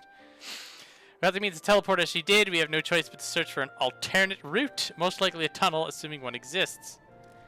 Let's not give up on teleportation just yet. One of our colleagues in Charlian may be able to assist us. I pray that you are right. I dare not think how long it will take us to survey the entire tunnel system. I think I know what that means, and it has made me very excited. Oh, and Filio looks into our Aetherite problem. I would like to request your assistance with another matter. The third unit is currently tracking the remnants of the heretic force which attacks us. However, the search goes poorly. Karthus is vast, and Iceheart's followers know the terrain far better. Your knowledge of this region may serve to hasten the process. Dude, I only did a few quests here, but we'll see. The sooner we capture Iceheart's followers, the sooner we can press them for their leader's whereabouts.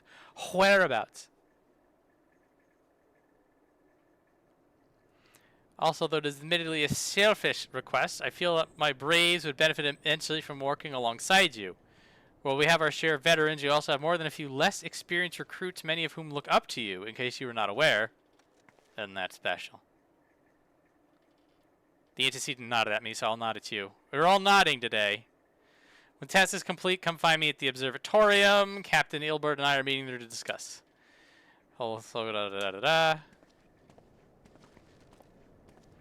Nod at you. Everybody nodding today. Cat nod, yeah! Hello, Yu Hakusho. There you are, Commander Levy. Instructed me to wait for you. Your assistance is most welcome. Believe me, most of the third hail from Ul'dah, and for a man accustomed to the feel of sand beneath his boots, the crunch of snow can be rather disconcerting. But to the matter at hand, nary a moment ago, I received word that the heretics we seek have been spotted making for Danifin Pass. Wherever the hell that is. My braves are already in pursuit. I myself also taking part in the hunt. Never let it be said that I do not earn my coin. Everybody nod in chat. Very good. The hell is... Oh, it's not too far away.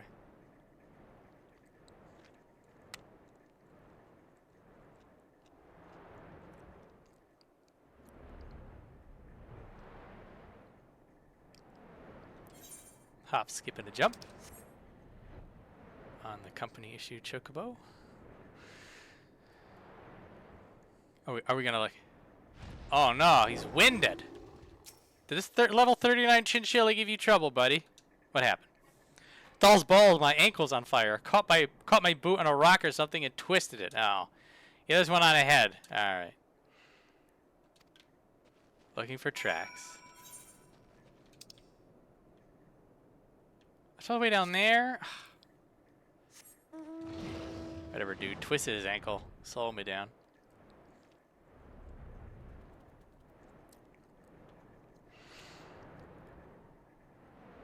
I'd ask if there's Crystal Brave barding, but it's probably best that we forget about this whole thing when we're done.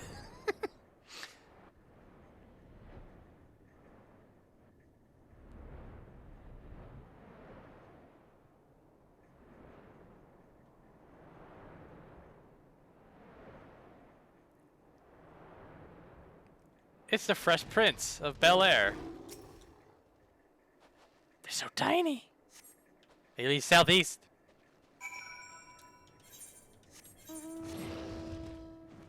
Very important for me to look at these. Hello, Brave. What are you doing here? The heretics? I'm not sure. There was a great scaled beast and Yu Hakusei. I think he went east on his own. The heretics split up, so we did too. That's a great idea.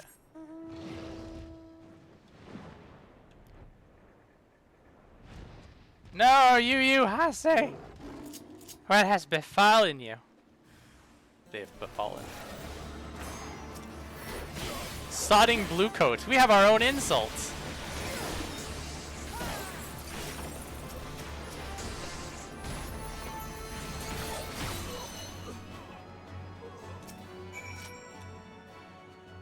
How embarrassing. I was so intent on following the heretics' tracks that I almost failed to notice they had doubled back. Almost, mind you. One tried to sneak up behind me and got a knife in the gut for his troubles. Nice. I thought myself alone, so I started searching the dead man's knapsack for anything of interest, and lo and behold, before his friends found me, I came upon this. Piece of paper. What is... Oh, it's just like lines and scrawled. Yeah. Withdraw in groups of 3 or less to the observatorium. Give the signal and wait. The merchant will be waiting. Be late and be left for dead. Speaks for itself. They can't possibly mean the rendezvous inside the place, so we should restrict our search to the surrounding area. Whoa, what's going on over there? You should restrict your search to the wilderness around the observatorium. I will need more than a moment's rest to recover from these wounds. Black Mate's going hard in the background.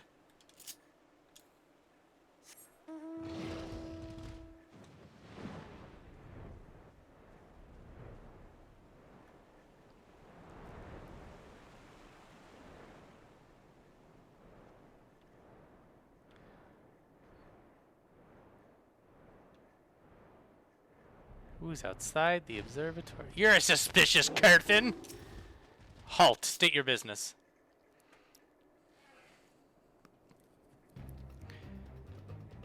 We leave now. How? The woods are crawling with those blue coats, and the knights are searching every wagon that passes through the gates. Well, stay with her then, if you think you'll fare any better. Ah, got him! Alfino doesn't know how to fight yet.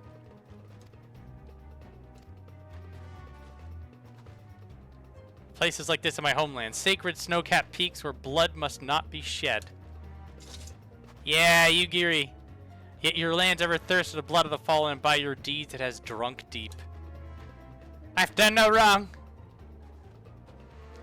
None but meet in secret with heretics. Deny it all you will, we shall have the truth from you yet. Inquisitors are not the only ones skilled in the art of interrogation. Damn it all. Dramatic. Disappointed emote. Slappy! Fancy meeting you here. I presume your work with the Third brought you hither. What a tangled web. Lest you wonder, we came not for the heretics, but for the merchant who has been conspiring with them. He came to our attention during the course of the investigation into the Ivy. It beggars belief, I know, but it seems our favorite Garlean spy may have been providing assistance to Iceheart. Were it not for the efforts of Lady Yugiri and her shinobi, we might never have discovered this connection. Master Alfino is too kind. I fear my people and I have done little to aid your search of this spy. We long to strike back against the Empire and weaken their influence in this land, to prevent the tragedies that befell Doma from reoccurring. The days ahead and the work they promised will require a very particular set of skills. Skills that make me a nightmare for people like you. Skills which I'm fortunate enough to possess. If you allow it, I will accompany you until the investigation is complete. I will allow it. Yugiri at all times, guys. I may disappear for a time, know that I shall never be far and shall always be watching. Comforting thought. Come, Viola, let us wait inside for Captain Edelbert to return and deliver his report. Add a few fingers to his collection. They're heretic fingers, nobody's gonna miss them.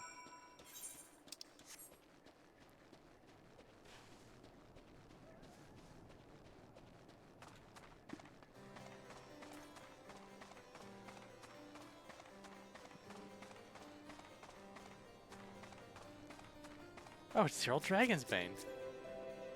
On a curl, nice. Oh, unicorn freckles, that's a name. Captain Ilbert seems confident the merchant's resolve would swiftly crumble when pressed. If so, we have new information ere long. As to whether or not it will bring us any closer to learning the Ivy's identity, I would rather not say, given our adversary's cunning, as so considers fortunate if we are spared another wild goose chase. Gods know it will be more than enough to occupy our time. Ooh, what do we got today? That one. Yeah. We're gonna go back to the Ivy then. And then come back for Shiva later.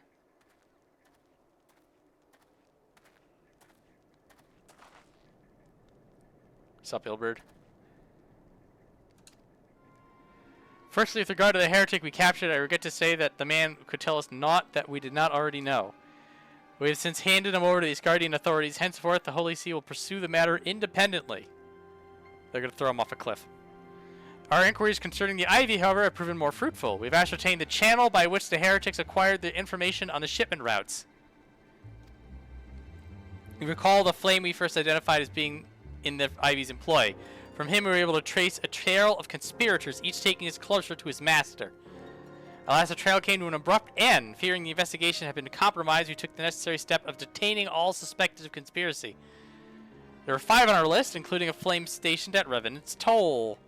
The man's primary duty was to keep an inventory of donations from abroad, the particulars of which he would share with his benefactors, thereby ensuring that needs did not go unfulfilled.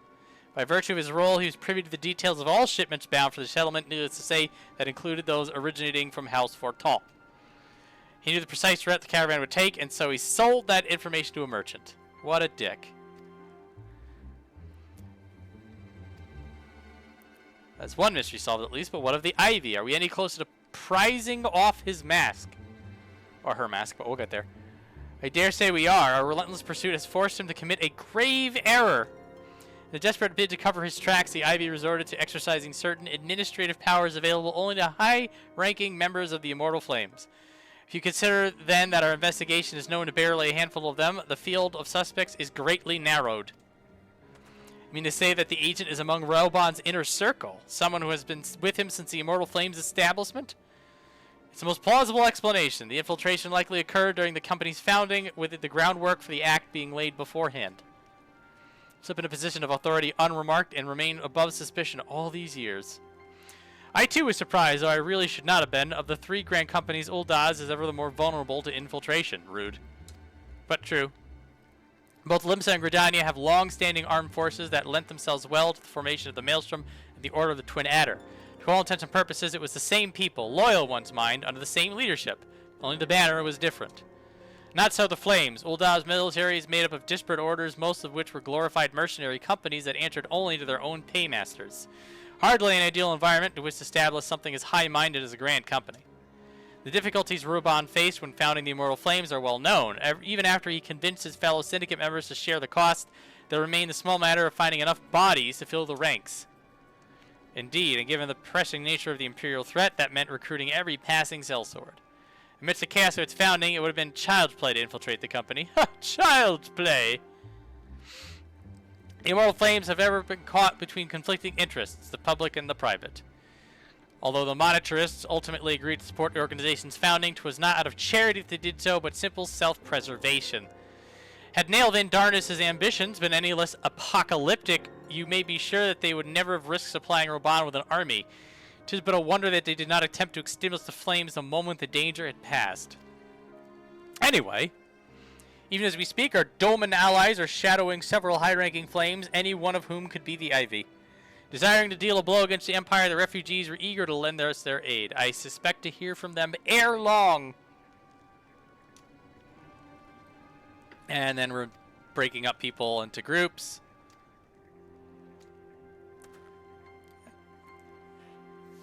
So in order to Ser Aymeric, informing of our success in identifying the heretics as abettors. Hopefully information will be of some use. It's time. Emergency Council of the Alliance leadership has been called. There have been developments in Garlemald, it would seem. As commander of the Crystal Braids, my presence has been requested. I'd have you accompany me as the realm's stoutest champion. I'm not that fat. Tis only meet that you be tis only meet that you be present for the discussion. Interesting.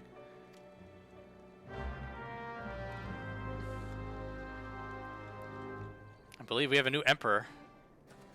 We meet him all the way back in Heavensward, though. He goes and gives the Vanu a hard time, if I remember correctly. Like me, you're doubtless eager to conclude our business with Iceheart, but we have another chapter of the MSQ to get through before then. You're just going to have to deal with it.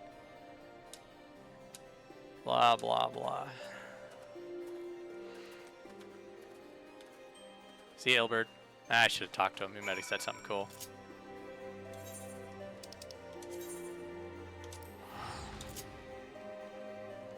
I'm not going to need anything. I'm not going to be doing any fighting probably for the rest of the evening. How trite. How damn I feel. I pushed a lot of buttons. Alright, who do you got today? Mr. Draz. Blue raspberry.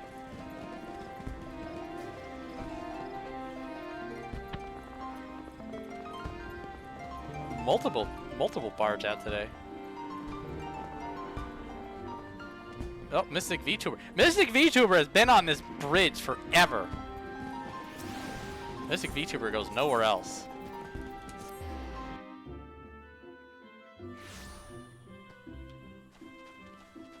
Gilbert, what do you got to say? I missed the chance to talk to you earlier.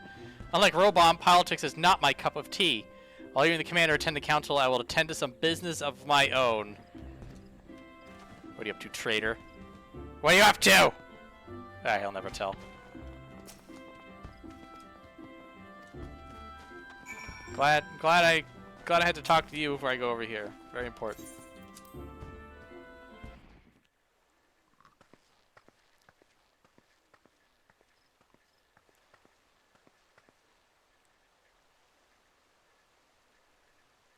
Change has come to the Garlean Empire, and we must discuss the implications.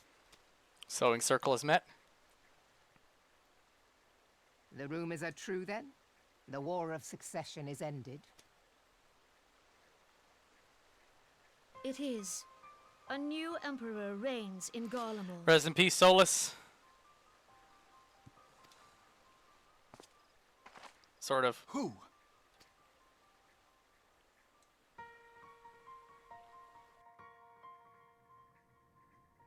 The birth and all too rapid expansion of the Garlean Empire is commonly attributed to the strategic brilliance of Solus Galvus, yet he did not rule alone. Several members of the royal household also distinguished themselves during his reign. Solus Galvus. Blessed be his name. Nevertheless, it was the eldest son who stood to inherit the throne, until his most untimely passing.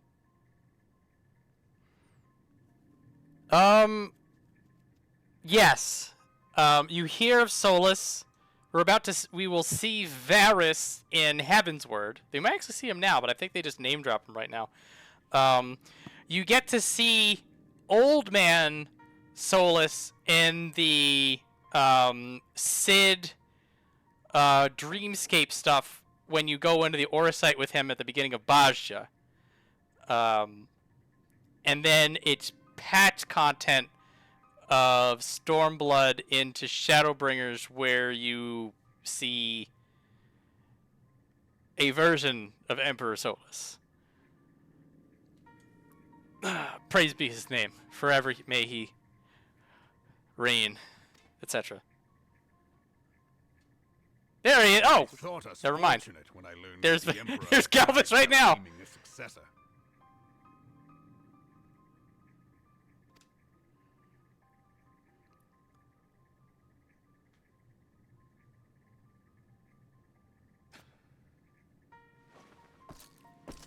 Oh, what a petulant child. Would that the Garlean Empire had died with him. Hate you.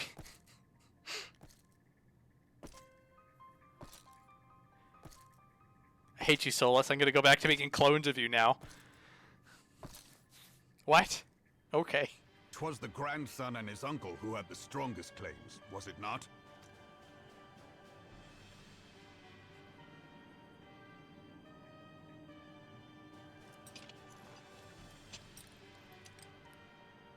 Indeed, yet claims count for little without the power to assert them. High Legatus Varis, yea Galvus, is a respected military leader. Not so his uncle. Also, he has the hair for it. It's very important to have good-looking hair. So young Varis has torn the crown from his uncle's grasp and taken his place at the head of the Empire.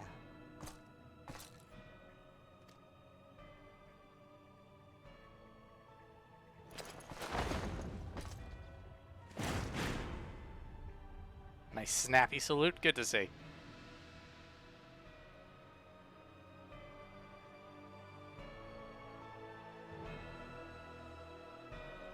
Is that old man Solus? With a power beard? Given the troubled nature of his succession, the new emperor will require time to seal his grip on power. Yet have no doubt but that he shall, for there are none left with strength enough to oppose him. I may do Bajja just the opening, and then as soon as they tell me to go do Fates, I'm like, I'm out. That opening sequence with Cid is some of the coolest stuff, though.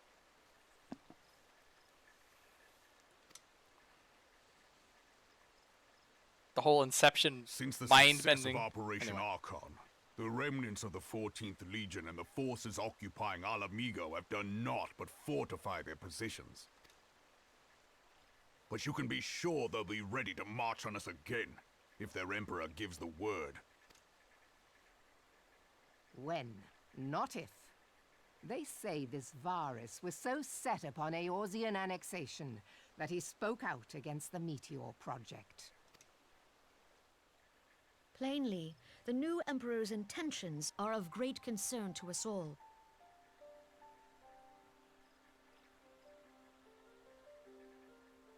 Xenos is busy just being a bored serial killer. I don't think he really comes into the foray until Stormblood, when he's the big bad. But we have every reason to believe that he is impossibly bored while committing heinous acts against his fellow man. And that he just sort of is stuck in a quagmire of killing people and wishing to feel something until he meets his best friend, his greatest foe. And then he kicks our ass because we're not strong enough for us yet. But he spares us. And then we go back and forth. It's so romantic. I can't wait. It's a love story, really.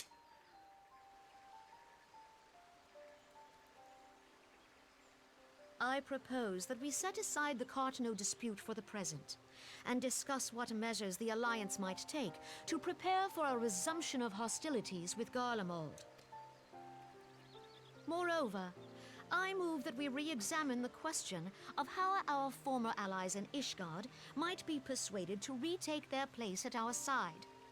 Could Eorzea but stand as one, 'twould deal a grave blow to our enemies' ambitions.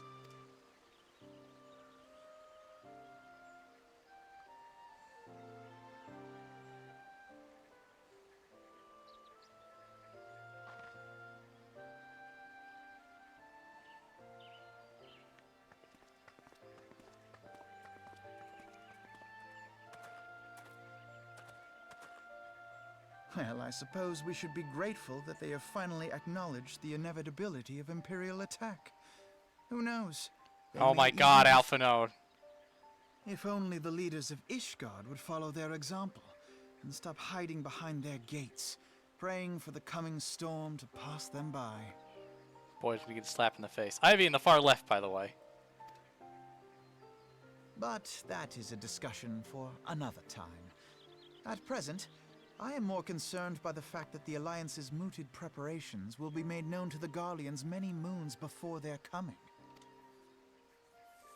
So long as the Ivy eludes our grasp, no secret is safe.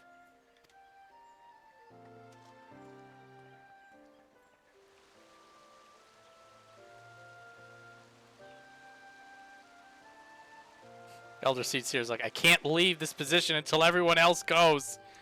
I'm just stuck here. Actually, I don't know how they determine who goes where. Alright, prick. It will not have escaped your notice the nations of Eorzea are no nearer to being of one purpose despite their protestations to the contrary. Plainly, the threat of a resurgent Garlemald is not enough to stir them. We need to stir people now. And the reason for this, deep-rooted mistrust amongst the citizenry. The nation's leaders came to the understandings they like, but their unity means little unless to the common folk. Take the Laminsons, for instance. Though Admiral Merlyweb outlawed piracy over a decade ago, foreigners still pictured the nation as a haven for grog-swilling, wooden-legged cutthroats. Well, you're not wrong. And likewise, the Gridanians are mocked as hermits who talk to trees, and the Eldons scored as swindlers who worship coin. Also, yes and yes, on both accounts. It's about celebrating the differences, not ignoring them. Alphinaud missing the bigger picture. Anyway. Not such sentiments are entirely without grounds, of course. Take that pillar of Uldan society, Teleji Adeleji, for example. But that's besides the point. The fact is that people are wary of outsiders wherever they have cause to be or not.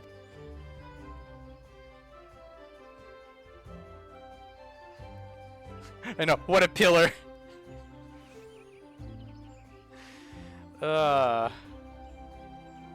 Hold everything up. Made of gold. On that basis, one could argue that the conflict of Cartano is a necessary... Oh my god, this son of a bitch. Each nation has its own warmongering faction that advocates the acquisition of Omega. In order to placate them, we present them something resembling warfare and thereby curb their appetite for full-scale conflict. Yeah. Since he spoke at the observatorium, Captain Ilbert has further shortened his list, and by happy coincidence, the one he deems the most likely candidate is lately come to Gridania. The hunt nears its end. All that remains is a corner or quarry. Seek out Ilbert near the Adder's Nest. Should there be any developments in Karthus, you'll be sure that I will send word without delay. That will happen shortly after we deal with Ivy. I cannot help but imagine. When you're done with your quest, I will have things to do.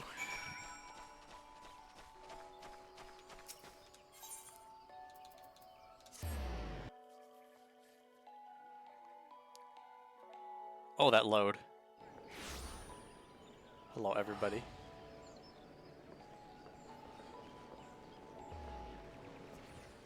Oh, yeah.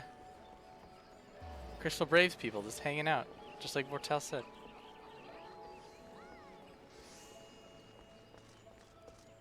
That guy is doing pictures.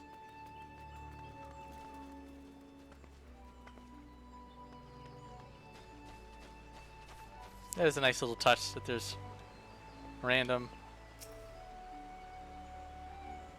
Hello, Aline Rael. Gridania's less abundance never ceases to delight me. This is a far cry from the barren desert of Ul'dah. Anyway.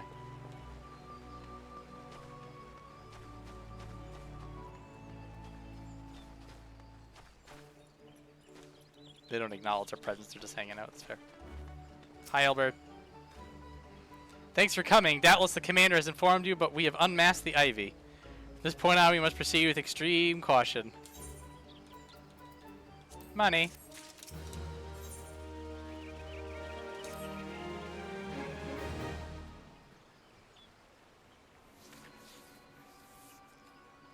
Listen well, the spy we have been seeking all this time is none other than Flame Marshal Aline Rael, Raban's second in command. Gasp. Prior to joining the Immortal Flames, he was a mercenary of no small renown. They say your skill with the polearm has to be seen to be believed. It's that bad. Of his guardian births, he is the highest ranked foreigner in the Immortal Flames, barring the Flame General himself. Prince Malamigo.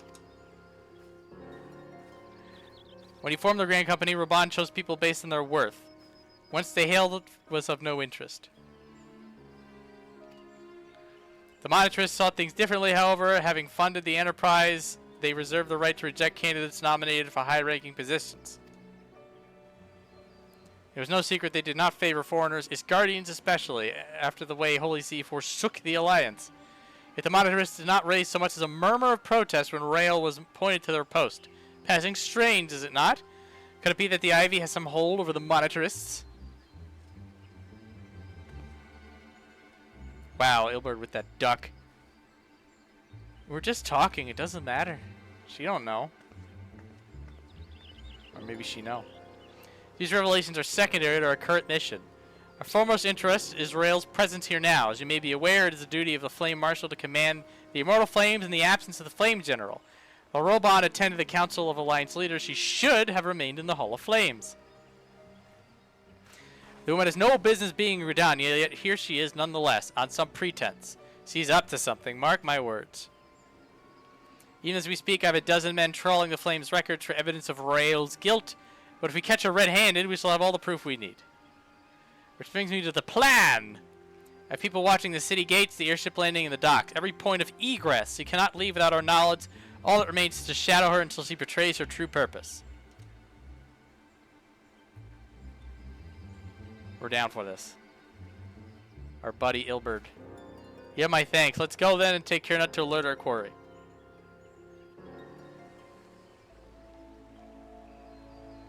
Off he go.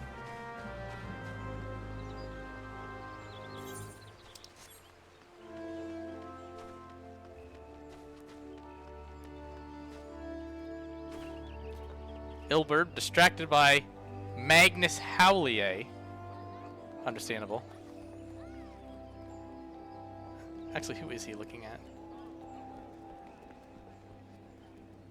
It's Farty Pinder!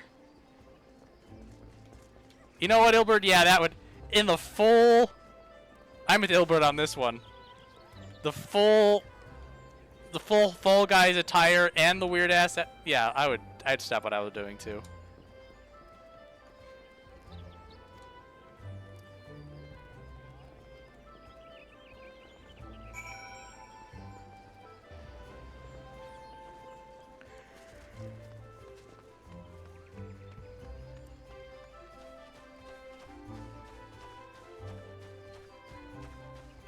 It's a silent recluse. Rael has entered the Carling Company meeting. Someone perchance or could be seen using aboard an airship. Prepare to look for her within. She's on the upper floor. Try the landing area. One of mine is stationed there and she may have seen something.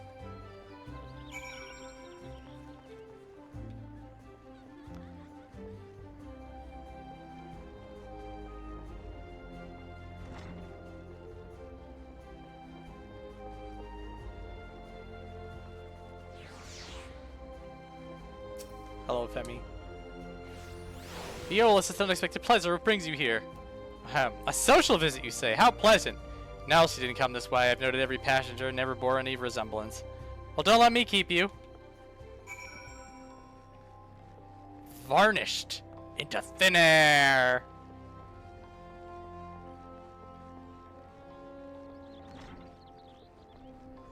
It's Elvis Priestley.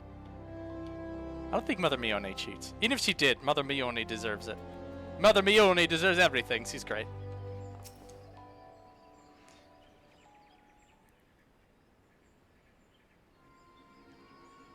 Nowhere to be seen. Are you sure she's not board an airship? Huh. She's not come back out either. Where in the seven hells could she have gone? The roast! How could I forget? Greetings, good sir. Might interest you in some Muntui tonic. A cup a day imbues a man with great vigor, if you take my meaning. Perhaps another time.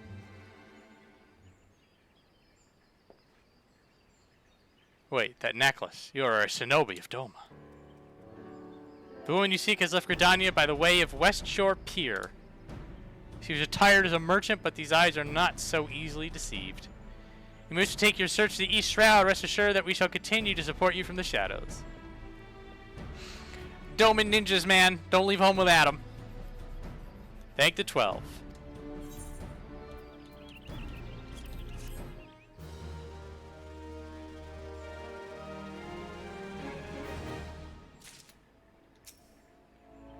Oh, pop it over. Oh. I'm being waved at. So I will bow back.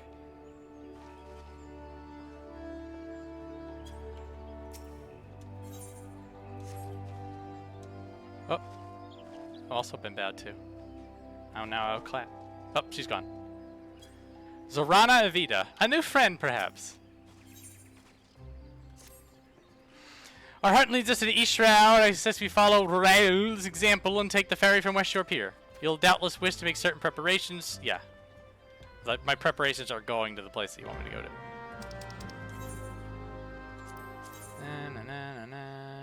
There. Fair enough.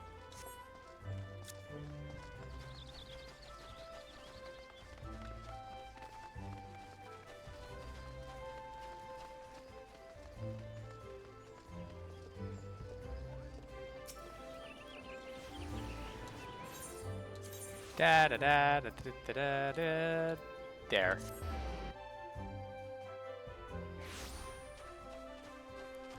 It's Rick Thunderjunk! A good lad by all accords.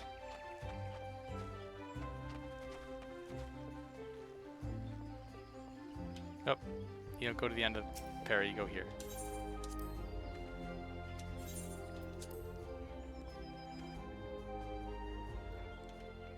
Hi, Albert.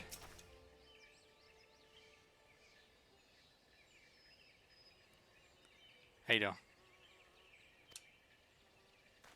You, Gary!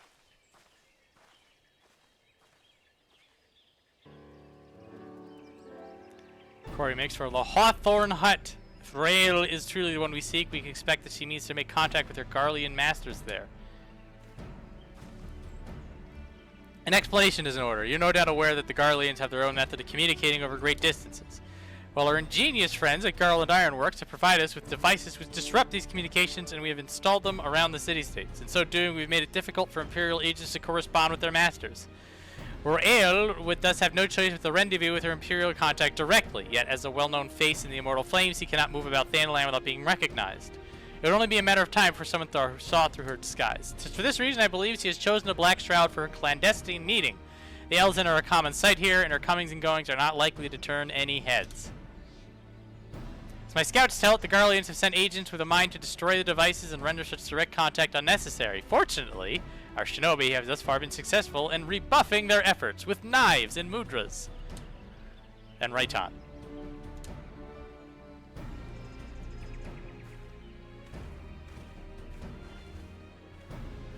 Good old Raiton. Let's fly over to the Hawthorne Hut. We've done our walking. We've paid our dues. Our traipsing through the canopy. Now we take to the skies.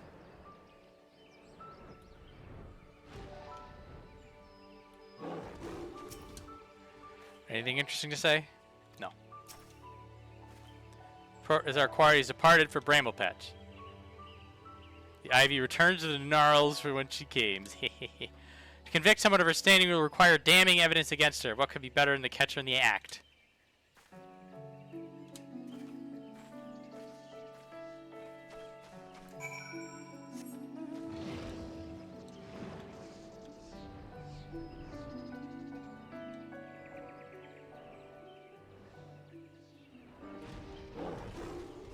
It's the black bat. We found the Ivy. Never mind.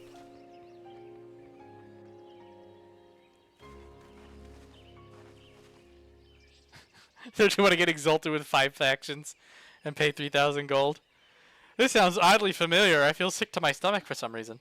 Just beyond Royale is in conversation with an individual clad in the manner of an adventurer, an imperial intermediary, no doubt. This is it!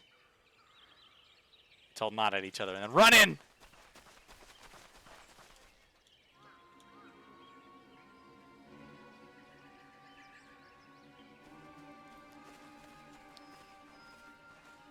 Got you. Flame Marshal Aline Rael, you're under arrest for treason and espionage. You're followed, you bloody fool!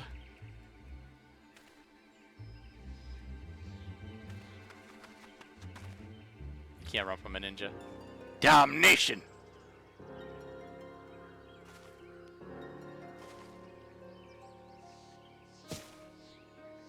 Ninjas!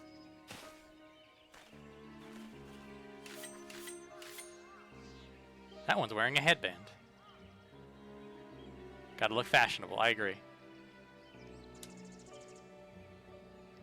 You're unarmed, my lady, and scarcely guard for battle, but if you wish to fight, you are welcome to try.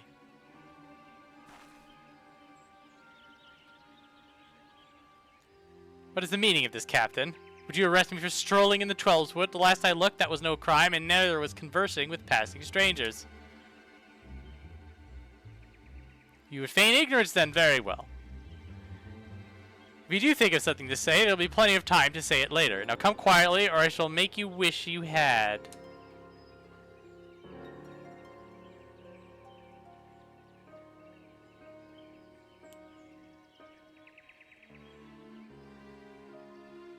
I'll offer you no struggle. After all, I have naught to hide.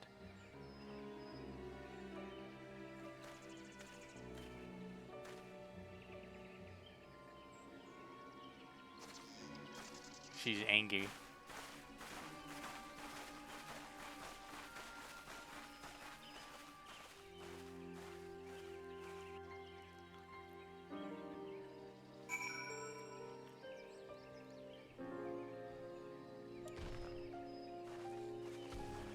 Hey, Gary, what do you think of this? Even if warrior of Royal's renown could not have hoped to escape by force, despite her claims, her surrender does not bespeak innocence, but an awareness that her position is untenable. With the ivy thus uprooted, it is hoped that the tendrils she entwined around the immortal flames will gradually wither and die. Everybody loves this analogy. They're just running with it. Mayhap then the people of Ul'dah will have the grand company they deserve. But let us speak of the present. What will you do now? I don't know, go shopping. So the Scions seek a way into Iceheart's sanctum. But I dare say you are eager to return to the Rising Stones. Why does everybody think that? Who told you that I pray return to the Rising Stones? Who let this out? Have you considered training in the art of the shinobi? You have the aptitude for it, I believe, so please give it some thought. I'm guessing she may make mention of this if you are a ninja at this point in the story. She may something along the lines of, I see you are a ninja. Good, continue your training. It shall do you well. That's a nice little nod. Cat nod. Pray return to the Rising Stones. No, get Chadley.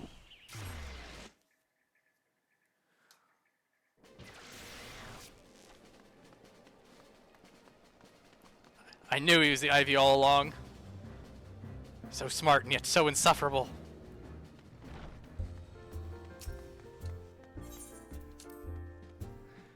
Alright, time to talk to everybody in here and see what happens. Flamin'. A rousing tale of a comrade's valor. Truly you are fortunate to count Lady Yugiri a friend. Thancred's tales of Lady Yugiri almost beggar belief. My heart is fair fit to burst from admiration. Yes. Individual doesn't matter. It was a team effort, and I was the... Oh, okay, what's going on about something? Yes! Oh, shit! It's on! Oh, it's a squat fight between Hoary Boulder and Ida. This is the fight of the century right here. We got front row seats. Fucking glorious. No, Hoary Boulder, hang in there. I can do this all day. All day. Oh, man. Ida's just destroying Hoary Boulder. Strength, Hoary. On your honor, the Scion, I forbid you to surrender. I must admit, this exercise of yours never fails to amuse me. While his movements appear comical, it does seem to be having the desired effect. A battle of wills, a struggle for supremacy. Our fighting styles may differ, but unyielding spirit is the same in warriors the world over. Get him! Get him! The best fight we've seen all day. Holy shit, Tataru, what are you? They programmed in juggling? Why do I not remember this? Complete with sound effects.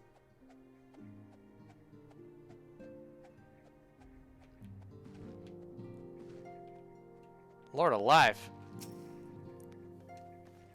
And Taro has grown beyond childish fantasies of becoming a songstress. Now she aspires to be a street performer. She cannot seriously be considering life as a street performer would be one's last resort, not their first. I have never seen a juggle emote. I completely forgot this happened. Wow, talking and not even looking while doing it. That is insane. I guess the Taru is still in the does not realize the latent power of monies that within her grasp. She does mining for a little while. She goes through a. Maybe this is in reference to it. There was a quest line where Tataru was like trying to help make some money on the side, and so she does some stuff like she tries to be an arcanist. It doesn't really work out for her. She tries being a miner because Minfilia was a miner, and like mining. Well, I guess Minfilia was a miner and a miner. Anyway, that also doesn't work out for her that well. She will eventually start crafting things, and then the untapped power of wealth will be hers. She's good at juggling professions. Nice. Nice! Welcome back, Viola. I understand that Alfino has a task for you. May I ask what it was? Oh, we got some ivy. Charges of treason and espionage against Aline Royale. I could scarce believe it. Could there not have been some manner of misunderstanding? Well, avails us not to dwell on it. Whatever the truth may be, we must trust to the authorities to uncover it. Let us speak of another matter. I am pleased to report that we have made progress in our efforts to find a way into Iceheart's sanctum. Yeah. As you may recall, Iceheart used the Aetherite in the depths of Snowcloak to teleport a short distance to the west, most likely to a sanctuary of some description. It is there that we suspect she means to summon Shiva using the crystals she stole. The heretics believe that they are bringing about the second coming of their patron saint, but if, as we suspect, they mean to hold a summoning ritual of the kind employed by the beast tribes, it seems likely that the result will be something more akin to a primal. Suffice to say, they must be stopped, and stop them we shall, but first we must surmount the obstacle that Iceheart has placed in our path. Ordinarily, it would be a simple matter to tap into the established Ethernet and thereby follow our quarry. However, despite our best efforts, we have been unable to ascertain the position of the Aetherite to which she teleported. Our prevailing theory is that she destroyed the second Aetherite upon arrival, a reckless, desperate measure, but also an effective one. After discussing the matter at length with Urianger, we have concluded that we lack the expertise to develop a solution. This is why we have called upon the aid of one who does possess such expertise. Yes! Yes! As you're here, I'm happy you would welcome her together. I'm certain she would appreciate the gesture. Oh, thank God. Yes!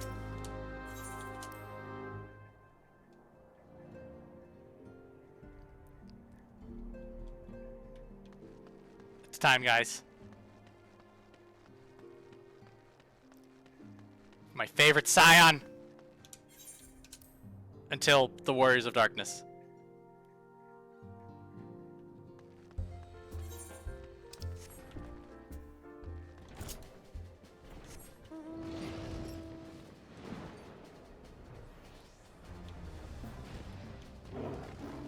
Hello, Minfilia. What manner of woman is she, I wonder? We have spoken before while I link here, but it is not the same. Oh, just you wait, Minfilia. Just you wait.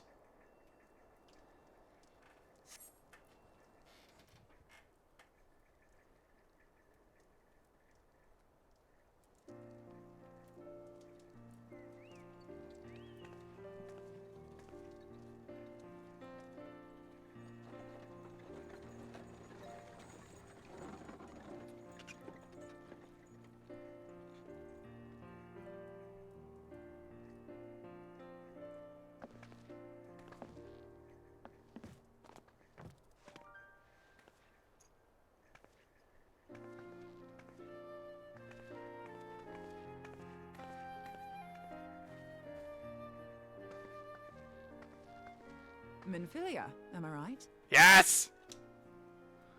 None other. I bid you welcome to Revenant's Toll, and thank you for traveling so far on such short notice.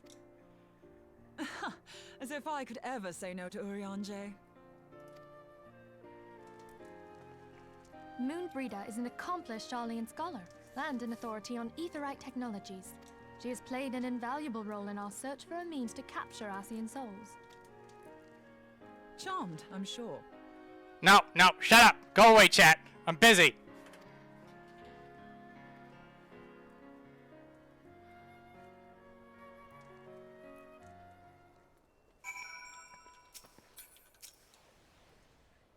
For an outpost in Aether-rich wasteland, this place is an ideal, livelier than I expected. Just goes to show you, you never know until you know.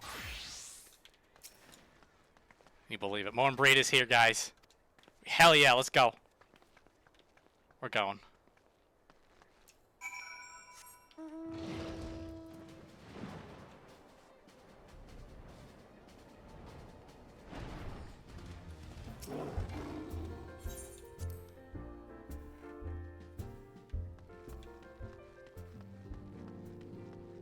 Don't care about any of you.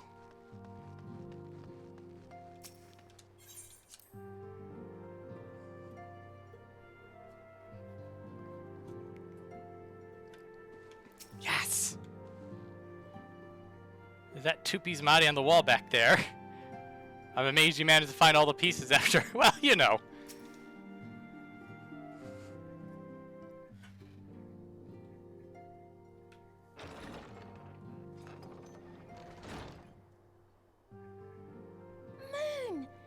It's been ages! Oh, longer, sister. A joyous reunion indeed. Well, of course it is. Moon and I are like twin sisters. Ida, not too loudly. Save in appearance and aptitude. Papa Limo saving Ida from herself. Continue.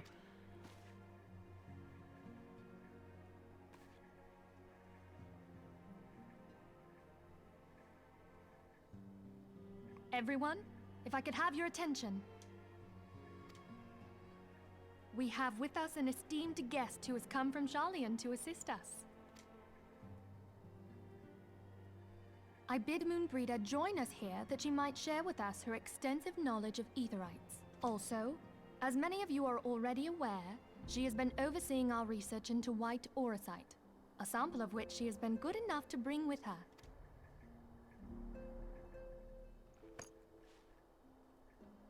Well, I had to come, didn't I? You'd have to be bloody daft to turn your nose up at a chance like this. Where better to conduct my final tests than a land so steeped in ether you can taste it? 'Tis plain the passage of the years hath done little to dampen thy youthful spirits.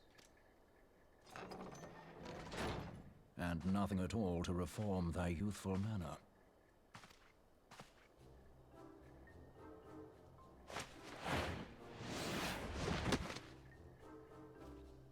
Oriange, where in the hells have you been hiding? Unhand me.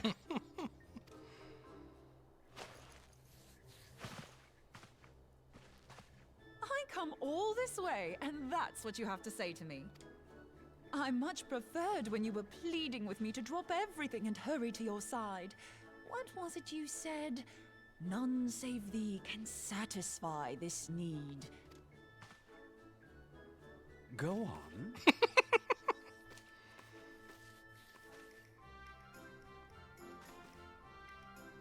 Thine artless attempts to misrepresent mine all too innocent motives do thee little credit. Mine intent, as well thou knowest, was but to impress upon thee the gravity of the circumstance. Lest thou doubt, a deiform entity shall shortly be summoned, save if thou and no other grantest my compeers thine aid. You still haven't found it, then? Your missing Aetherite? We have not. No. We know that Iceheart teleported to an Aetherite not far from the first. Yet even after careful analysis, we could not locate the second beacon. We now suspect that the heretics destroyed the second Aetherite to impede our pursuit. Our allies continue to scour Snowcloak for Iceheart's sanctuary, but we have no guarantee that they will find it. Yet it must be found, for even now Iceheart prepares to call upon Saint Shiva. I'm sorry, but if the Aetherite's been destroyed, then that's that. Although, you're absolutely sure she used the first Aetherite, are you? She didn't just use teleportation magics? One of our own bore witness to her escape. I can say with absolute certainty that Iceheart used the Aetheryte.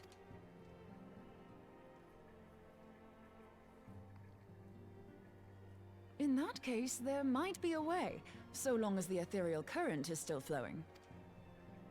Truly? How? We use the current to recreate the beacon. As you know, Aetherites are a bit like lighthouses. We use them to reconstitute our physical forms when crossing the ethereal sea. Without them, we'd lose all sense of direction and our essence would dissipate. Estola, did you hear that? No, she's not paying attention. Damn it! However, we don't rely solely on these beacons. There are currents of ether which flow between them, currents which help guide us to our destination. Now, these currents will gradually dwindle away to nothing if an Aetherite is destroyed. But if even a sluggish flow remains, we could theoretically use it to direct a surge of concentrated ether towards the void left by the beacon, and thereby fill it up again. Like opening the floodgates to fill a dry riverbed. Though, correct me if I'm wrong, but would we not need a veritable reservoir of ether? In concert, we might manage to channel a sufficient volume, yet that is not my chief concern. To direct the flow of so great a volume of ether with the requisite precision would be a nigh impossible task in itself. I barely succeeded in facilitating travel to an unattuned beacon. That which you describe sounds considerably more difficult.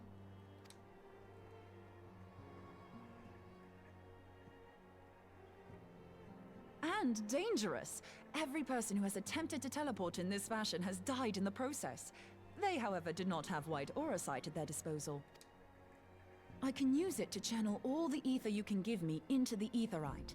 However, white aura sight cannot retain ether for an extended period of time, so we would need to infuse it immediately beforehand. Just so you know, I'd confidently give this plan better than even odds of success. And if the worst comes to worst, your people won't suffer. Though it risked the lives of our best and brightest, we have not the time to seek other options. If the ethereal current still flows, we shall carry out Moenbryda's plan. That's the spirit. Let's roll the dice.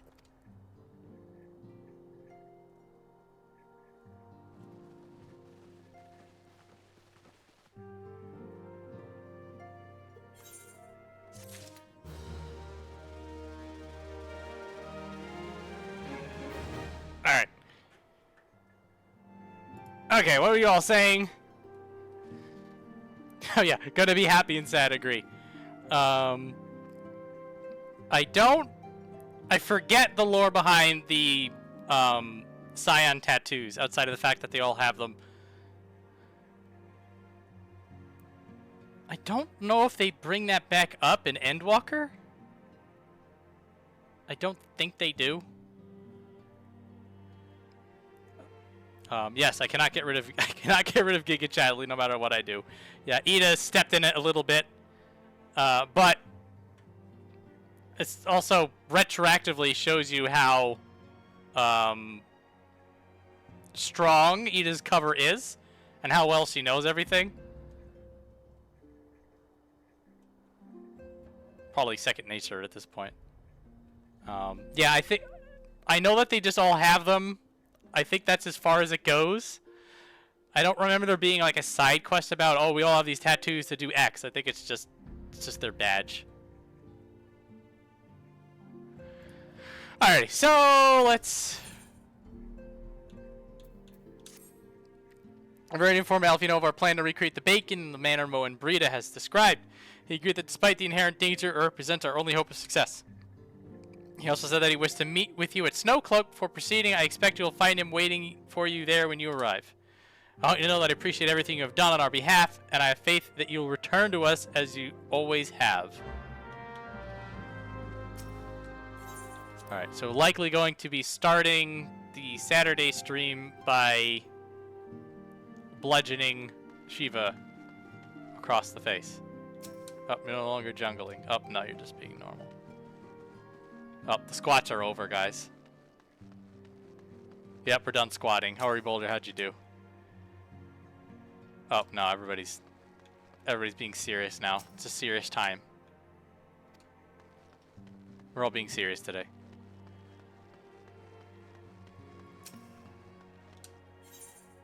All right. So probably be it for today. Saturday is the Crystal Brave. Yeah, so Saturday is going to be Ida. When we get to Ida and Lise, she explains the cover a little bit.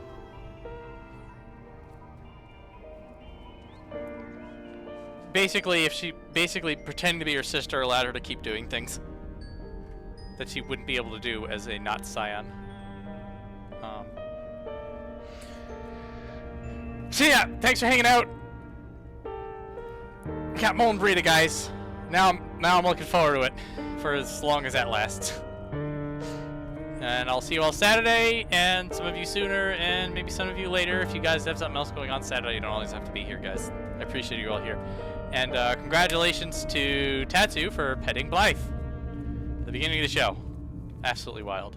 Been a great time. Thanks for showing up, Pinchy, as well. Everybody who's here. I appreciate every last one of you. All 9. Holy crap. I have 9 viewers? Holy crap. Guys, thanks. I'm not expecting numbers that big.